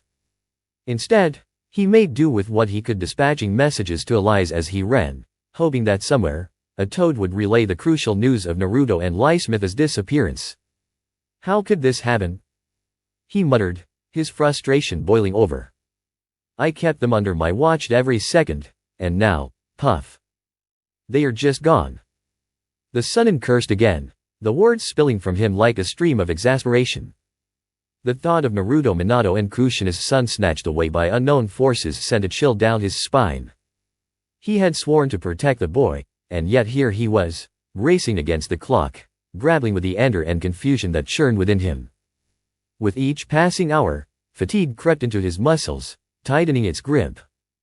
But Jiraiya forced himself to push through, each stride fueled by a desperate determination. The disappearance of Naruto and Lie Smith was shrouded in mystery. What was the purpose behind it? Why had Lie Smith, of all people, chosen Jiraiya to mentor Naruto? And now, the most pressing question, why had they vanished? As he approached the gates of Kanata, the sun dipped lower in the sky, casting long shadows across the ground. The guards at the entrance froze, taken aback by the sight of the legendary Sunin, panting and drenched in sweat, urgency etched into his features. Where is the Hokage? Jiraiya demanded, urgency lacing his voice. Izumo and Katetsu exchanged glances, clearly alarmed, and pointed towards the Hokage tower. Without waiting for further instructions, Jiraiya dashed toward the building, his mind racing with possibilities of what could have happened to Naruto. Inside the Hokage tower, Sarutobi Hiruzen was lost in thought, contemplating the recent events following his visit to Tsunagakure. His negotiations had yielded mixed results, fostering a fragile alliance with the Kazekage but leaving tensions simmering just beneath the surface. The third Hokage had just set aside his hat, ready to relax with a hidden bottle of sake, when the door burst open. What the hell? He exclaimed, his voice startled and bemused. Naruto has been kidnapped. Jiraiya shouted, breathless and frantic. The words sent shockwaves through the room. The sudden influx of Umbu operatives was swift and precise. They materialized in the shadows, instinctively ready for action, but halted at the sight of Jiraiya's distressed state. Their presence was a blend of alertness and confusion, as they sensed the gravity of the situation unfolding before them. Jiraiya? What are you? Sarutobi began, but Jiraiya cut him off, urgency spilling over. Naruto. He has been kidnapped. Jiraiya's voice trembled with desperation, and Sarutobi's expression shifted, concern overtaking his features. What? What do you mean? The Hokage's brow furrowed deeply, his mind racing to comprehend the implications of Jiraiya's words. Before Jiraiya could respond, a Numbu operative named Dog stepped forward, his face a mask of concentration. I don't know. He was in his apartment all weekend. It's his birthday, so letting him out would be a bad idea. Frustration bubbled over in Jiraiya. No. He was with me and that man, Lie Smith, all weekend. They just vanished right under my nose 6 hours ago. Lie Smith? You mean the one who took down half of Orochimaru's forces? One of the Umbu chimed in, skepticism dripping from their words. The more they spoke, the paler Sarutobi became, his mind racing through the possibilities and consequences. Not half, just 4 of his best men. But yes, Jiraiya replied, the urgency in his tone amplifying. We need to act. God knows what that man may do with Naruto. A heavy silence fell over the room. The Hokage's eyes narrowed, his expression grave. Are you sure? I saw Naruto myself. He's been inside his apartment. Listen to me, Kakashi, Jiraiya growled, frustration simmering just beneath the surface. Time is slitting away. He's not there. Enough. Sarutobi interjected, his voice firm. He placed his Hokage hat atop his head, summoning the authority of his position. You 4 go to the entrances around the village. Question anyone who saw anything strange. As the orders were issued, Jiraiya felt the weight of his own impotence. Sarutobi's words were decisive, leaving no room for argument. With a heavy heart, he followed the Umbu to Naruto's apartment, where a wave of unease crashed over him. He feared they were running out of time. The Umbu team breached the apartment without hesitation, the sound of splintering wood and breaking glass echoing through the space. Jiraiya remained still, eyes scanning the chaos, knowing that Naruto wouldn't be there. The destruction seemed futile, and he stood apart, simmering with frustration. Suddenly, a sleepy voice broke through the tension. "Hey! What the hell are you doing in my home?" Jiraiya's head whipped around, and he froze, wide-eyed. In the center of the room, amidst the wreckage, stood a bewildered Naruto, rubbing sleep from his eyes. The boy was dressed in a rumpled white t-shirt and blue shorts, his hair a wild mess, yet there he was, looking entirely unbothered by the chaos surrounding him. "What did you do to my home?" Naruto's tone shifted from confused to irritated, and he crossed his arms defiantly. "Naruto." Jiraiya took a hesitant step forward, but the boy's eyes narrowed suspiciously as he shifted his gaze from Jiraiya to Sarutobi, who had knelt down to meet Naruto's confused expression. "Are you okay? Where were you?" the Hokage asked, concern etching deeper into his features. "I have been asleep until you entered my home like a bunch of rabid dogs," Naruto replied, his tone incredulous. The scene felt surreal to Jiraiya, who had imagined much worse outcomes. The third Hokage couldn't help but smirk at Naruto's feistiness. The boy had a spirit reminiscent of his mother. "I'm truly sorry, Naruto. We heard you'd been kidnapped." Naruto scrunched his nose, a look of confusion plastered on his face. "Kidnapped? Why? Naruto, how did you get here? Where is Smith? What happened?" Jiraiya's panic resurfaced as he reached out to shake Naruto, his urgency only growing. But Naruto flinched and stepped back, confusion clouding his eyes. "Who are you?" Jiraiya's heart sank, his mouth gaping at the boy's words. Who am I? I'm Jiraiya. We've been together all weekend. Now, where is he?" Sarutobi, sensing the growing tension, stepped between them. "There's clearly been a misunderstanding, Naruto." The Hokage turned to Jiraiya, concern evident in his eyes. "Naruto, we thought you were in danger. But it seems you are." "Yes, well, your misunderstanding owes me a few windows and a new door," Naruto interjected, his expression a mix of annoyance and curiosity. Jiraiya felt like a fish out of water, caught off guard by the boy's nonchalant demeanor. "Jiraiya." Sarutobi's voice cut through the chaos, stern and warning. The Sunin stood frozen, stunned that the boy he had come to protect didn't even know him. "Please don't be scared, Naruto." Jiraiya began, but Sarutobi silenced him with a firm gesture. "Naruto, I will send someone to fix your home," the Hokage assured, his voice softening. "If you'd like, I can leave some Ambu here for your protection."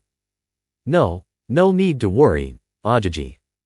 "It'll be fine," Naruto said, waving off the concern with an air of indifference. Sarutobi's brow furrowed slightly, but he decided to respect Naruto's wishes, leaving behind a pair of Ambu as a precaution. As Naruto resumed his efforts to tidy up the remnants of his home, Jiraiya stood there, lost in confusion and disappointment.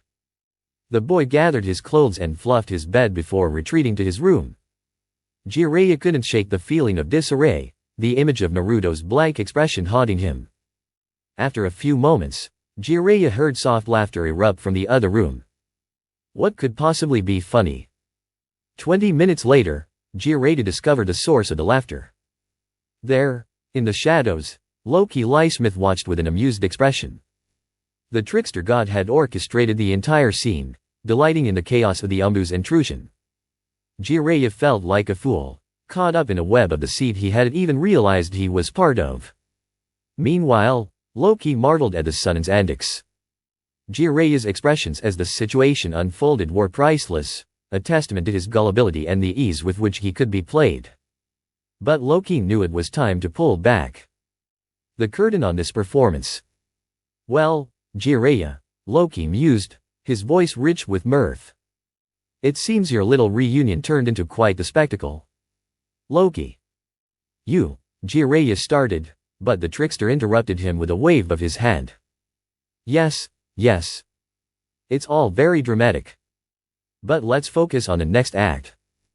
Your boy has some latent potential I'd like to unlock. What did you do to him? Jiraiya's tone shifted from disbelief to a guarded tone. The mention of potential sent warning bells ringing in his mind. Don't worry, dear friend. Just a touch of the divine. I merely opened his eyes to a broader world, Loki replied, his tone dismissive. Now he has a choice to make. To stay in this quaint little village or step into the chaos of his true potential. A choice I'd like him to consider. Jiraiya glared, every instinct screaming to protect Naruto, yet he understood Loki was always several steps ahead. You think it's that easy? You think I'll let you manipulate him? Loki chuckled, the sound laced with amusement. You misunderstand me, my dear Sonin. I merely wish to offer him a glimpse of something greater. It's not manipulation, it's awakening. As the words settled between them, Jiraiya felt the weight of the moment, a crossroads of fate and potential unfolding before him. But deep down, he knew that with Naruto's awakening came a new set of dangerous forces beyond his control. Whatever you're planning, I won't let you take him, Jiraiya warned, his voice firm. But the corners of Loki's lips turned upwards, revealing a playful glint in his eye. But Jiraiya, I think the choice lies not with me, but with Naruto himself. And it's going to be quite a show. As the tension thickened, the door creaked open, revealing Naruto, now dressed in a clean t-shirt and shorts, his expression shifting from irritation to curiosity. What are you two talking about? He asked, eyes darting between the two men. Just discussing your next adventure, Loki replied smoothly, a smirk tugging at his lips. Jiraiya shot a glare at the trickster. What adventure? You just disrupted his birthday. He should be out having fun, not talking about adventures with a madman. Naruto's brow furrowed. I thought I was getting a party today. Well, that plan just got disrupted, Jiraiya said, annoyance flaring. Let's get you a cake or something, okay? Fine, Naruto muttered, crossing his arms again, but a slight smile broke through. I guess I'd rather eat cake than whatever drama you two have cooking. Jiraiya sighed, relenting for a moment. Fine. Cake it is. But then we're having a serious talk about what just happened. And with that, they ventured out of the wreckage of Naruto's apartment, each step echoing the lingering tension and uncertainty of what lay ahead. The stage was set, their destinies intertwined, a tempest of chaos looming on the horizon. And for the first time, Jiraiya couldn't shake the feeling that the true battle was just beginning, not against an enemy, but against the unknown paths that lay before them all.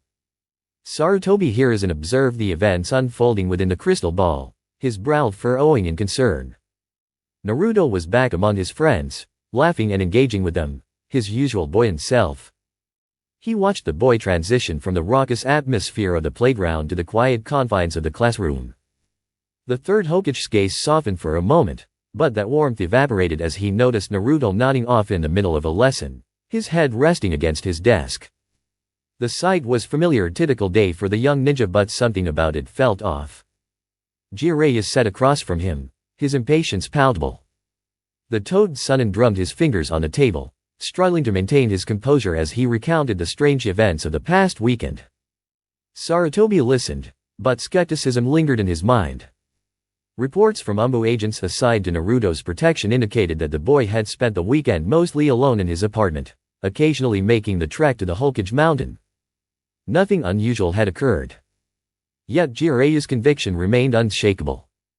This information you were seeking, Sarutobi began after a thoughtful pause. Was it truly necessary to reach out to the sly smith? You are, after all, one of our most reliable sources of intel. Absolutely. I needed it, Jiraiya replied, his voice edged with frustration. He glanced away, clearly wrestling with his thoughts. Getting useful information about Akatsuki has been nearly impossible. The only one who's provided me with anything valid has been Lysmith. The third Hokage leaned back in his chair, his hands steeped thoughtfully. He had perused the reports regarding Akatsuki, and he understood all too well how dangerous this organization was. What had begun as a potential means for profit had morphed into a dark and unpredictable threat. He gave me names, locations, and most importantly, confirmed that they are going after the Baijuyu, Jiraiya continued, his tone grim. So you made a deal with him, and now he expects payment by teaching Naruto ninjutsu? Jiraiya's glare bore into Sarutobi, who offered a silent apology. He hadn't intended to belittle his friend's theory. I understand how it sounds, sensei. But that's what happened, Jiraiya insisted, his fidgeting betraying his anxiety. He knows about Naruto?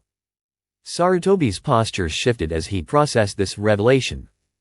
What exactly does this man know about Naruto? He knows about the Kyuubi, about Minato, and he knows that I'm Naruto's guardian, Jiraiya said, his voice laced with urgency. This information hit Sarutobi like a punch to the gut. Only a select few were privy to Naruto's origins, making it all the more alarming that someone like Lee Smith could possess such dangerous knowledge. The implications were severe. This is troubling. I know. Jiraiya exclaimed, his frustration spilling over. That's what I've been trying to convey since last night. Sarutobi leaned forward, resting his elbows on the desk, his expression serious. You must understand that Naruto has been spending all his time here in Kanata, at his home, Jiraiya replied, a grimace forming on his face at the word home.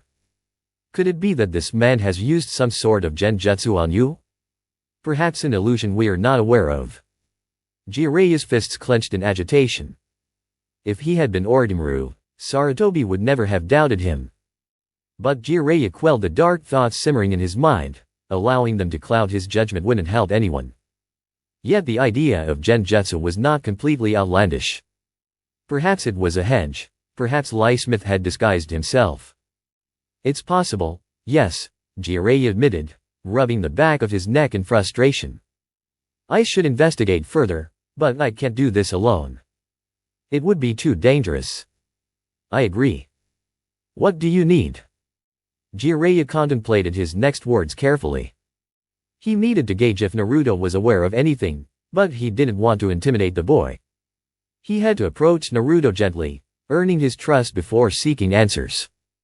After that, he would confront Lee Smith directly. Among your Umbu, who knows Naruto best? Sarutobi raised an eyebrow, suppressing a sigh. He waved his hand, summoning an Umbu with a dog mask to appear behind Jiraiya. Oh, of course it has to be you, Jiraiya said, turning to face the man. I thought it appropriate, at least until I'm assigned a genin team, Kakashi said, his usual nonchalance evident. He removed his mask, revealing his signature lazy eye.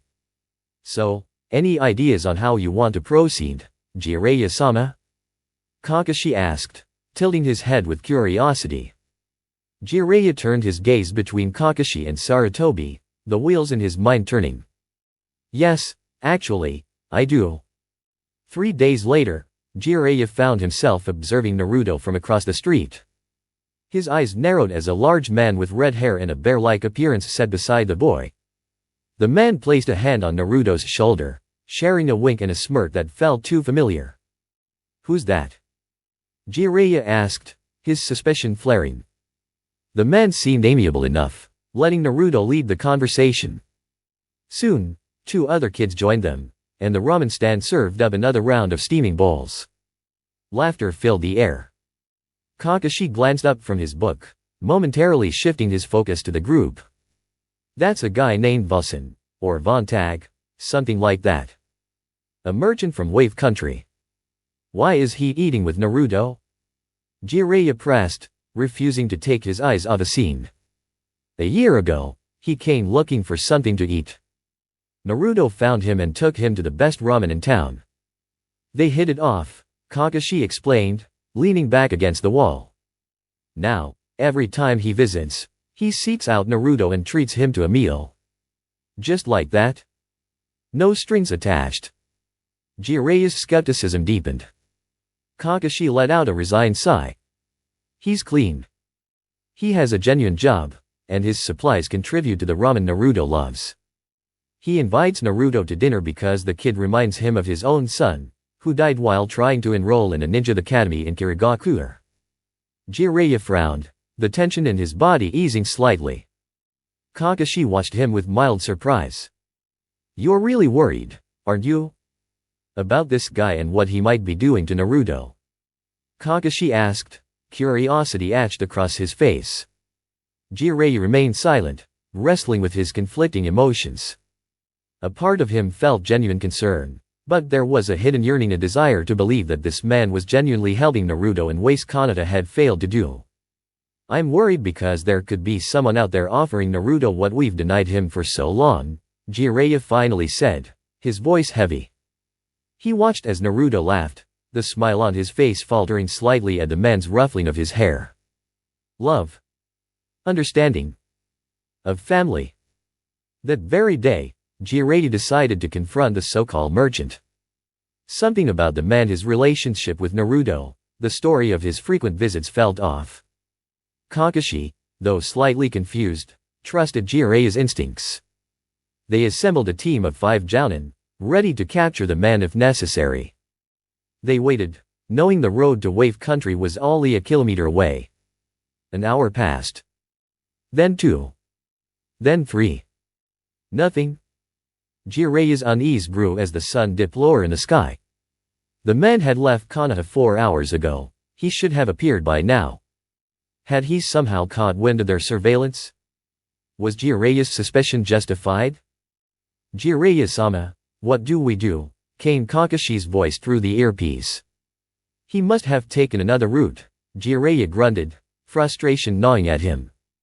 We have 2 men covering that side of the road. Something must have gone wrong, or he knows we're here. Jiraiya heard the weight of Kakashi's sigh. Let me return to the village and check if he might have come back or something. Very well. In the meantime, send the others to scout the forest. Jiraiya could sense the hesitance in Kakashi's voice before he agreed, leaving Jiraiya alone in the chilly darkness of the forest. The night air was brisk, devoid of the moonlight that usually illuminated his surroundings. Jiraiya felt restless, his mind racing with possibilities. Perhaps he was being paranoid. But he knew the feeling well, the knot in his stomach that was not excitement or anticipation, but dread. He had to ensure that Minato and Kushina's son was safe.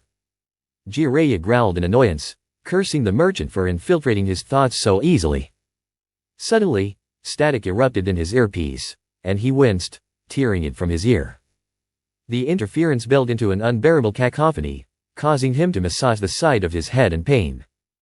He looked at the earpiece, which continued to buzz obnoxiously. Technology in this realm is so strange, a voice chimed, smooth and almost mocking. It's so unreliable, just like people. Jiraiya turned, instincts kicking in as he prepared for an attack. The massive figure he had been waiting for materialized out of the shadows, a man with red hair and a chiseled face. Vontag, Jiraiya growled, the merchant's appearance confirming his suspicions. The man laughed, a rich sound filled with amusement. I wasn't expecting you to make such a fuss about it, Jiraiya-sensei. Don't play games with me. I know what you want from Naruto. Jiraiya's voice was low and threatening. Do you? Vontag chuckled, his expression mocking. You think I'm here to take something from him? I'm here to help him, actually. Jiraiya narrowed his eyes. Help him? By taking him away from his friends? From the village. Only if they don't want him, Vontag replied, unfazed by Jiraiya's anger. I see a spark in that boy, a passion that could burn the world down if he isn't guided properly. You want to teach him the ways of the world, but can't even allow him to grow into the man he was meant to be. Or what? Jiraiya shot back, fists clenched. You'll exploit his naivete for your own gain? Vontag smiled knowingly. I don't want to hurt him, Jiraiya-sensei. I want to teach him. And how do you plan to do that? Jiraiya scoffed, his anger rising again. By filling his head with more lies. You underestimate him, old man, Vontag countered, his voice steady. This is about unlocking his potential. No one ever taught him the truth of his power. I could. Jiraiya took a step forward, adrenaline surging through his veins. You think you can offer him more than I can? You're wrong. No. I think I can teach him more than you ever could, Jiraiya-sensei, Vontag said, his voice lowering conspiratorially. He has a bright future ahead. He's destined for greatness, and I can help him reach it. The truth is out there for the taking, and I can guide him on his path. By feeding him lies. Jiraiya growled. Only if you let me, Vontag replied smoothly, as if everything he said was perfectly logical. Jiraiya hesitated, his mind racing with doubts. He felt a pull toward Vontag's words, a seductive lure that promised greatness for Naruto. But he also knew the weight of truth. It could either shatter or strengthen a person, depending on how it was delivered. What do you want, then? Jiraiya demanded, regaining his composure. I want to mentor him. Show him the world outside these walls. But he'll have to choose, just as you did. Choose. Jiraiya repeated, struggling to grasp the full meaning of Vontag's intentions. He's just a kid. Then stop treating him like one, Vontag snapped, a hint of anger seeping through his calm demeanor. I'll be waiting for him to make that choice. Until then, you can keep him in this little cage of yours. With that, the man turned on his heel and vanished into the darkness. Damn it! Jiraiya shouted, but the forest remained silent, leaving him alone with his thoughts. Back at the ramen shop, Naruto felt the weight of Vontag's words linger in his mind. He glanced over at his friends, who were chatting and laughing, their camaraderie warming his heart. Despite the fleeting doubts, he knew they cared for him. But what if Vontag was right? What if he truly could become something greater than anyone imagined? As he contemplated his future, Naruto found himself at a crossroads, standing between the comfort of his friends and the allure of something more. A choice lay ahead, and only time would reveal which path he would take.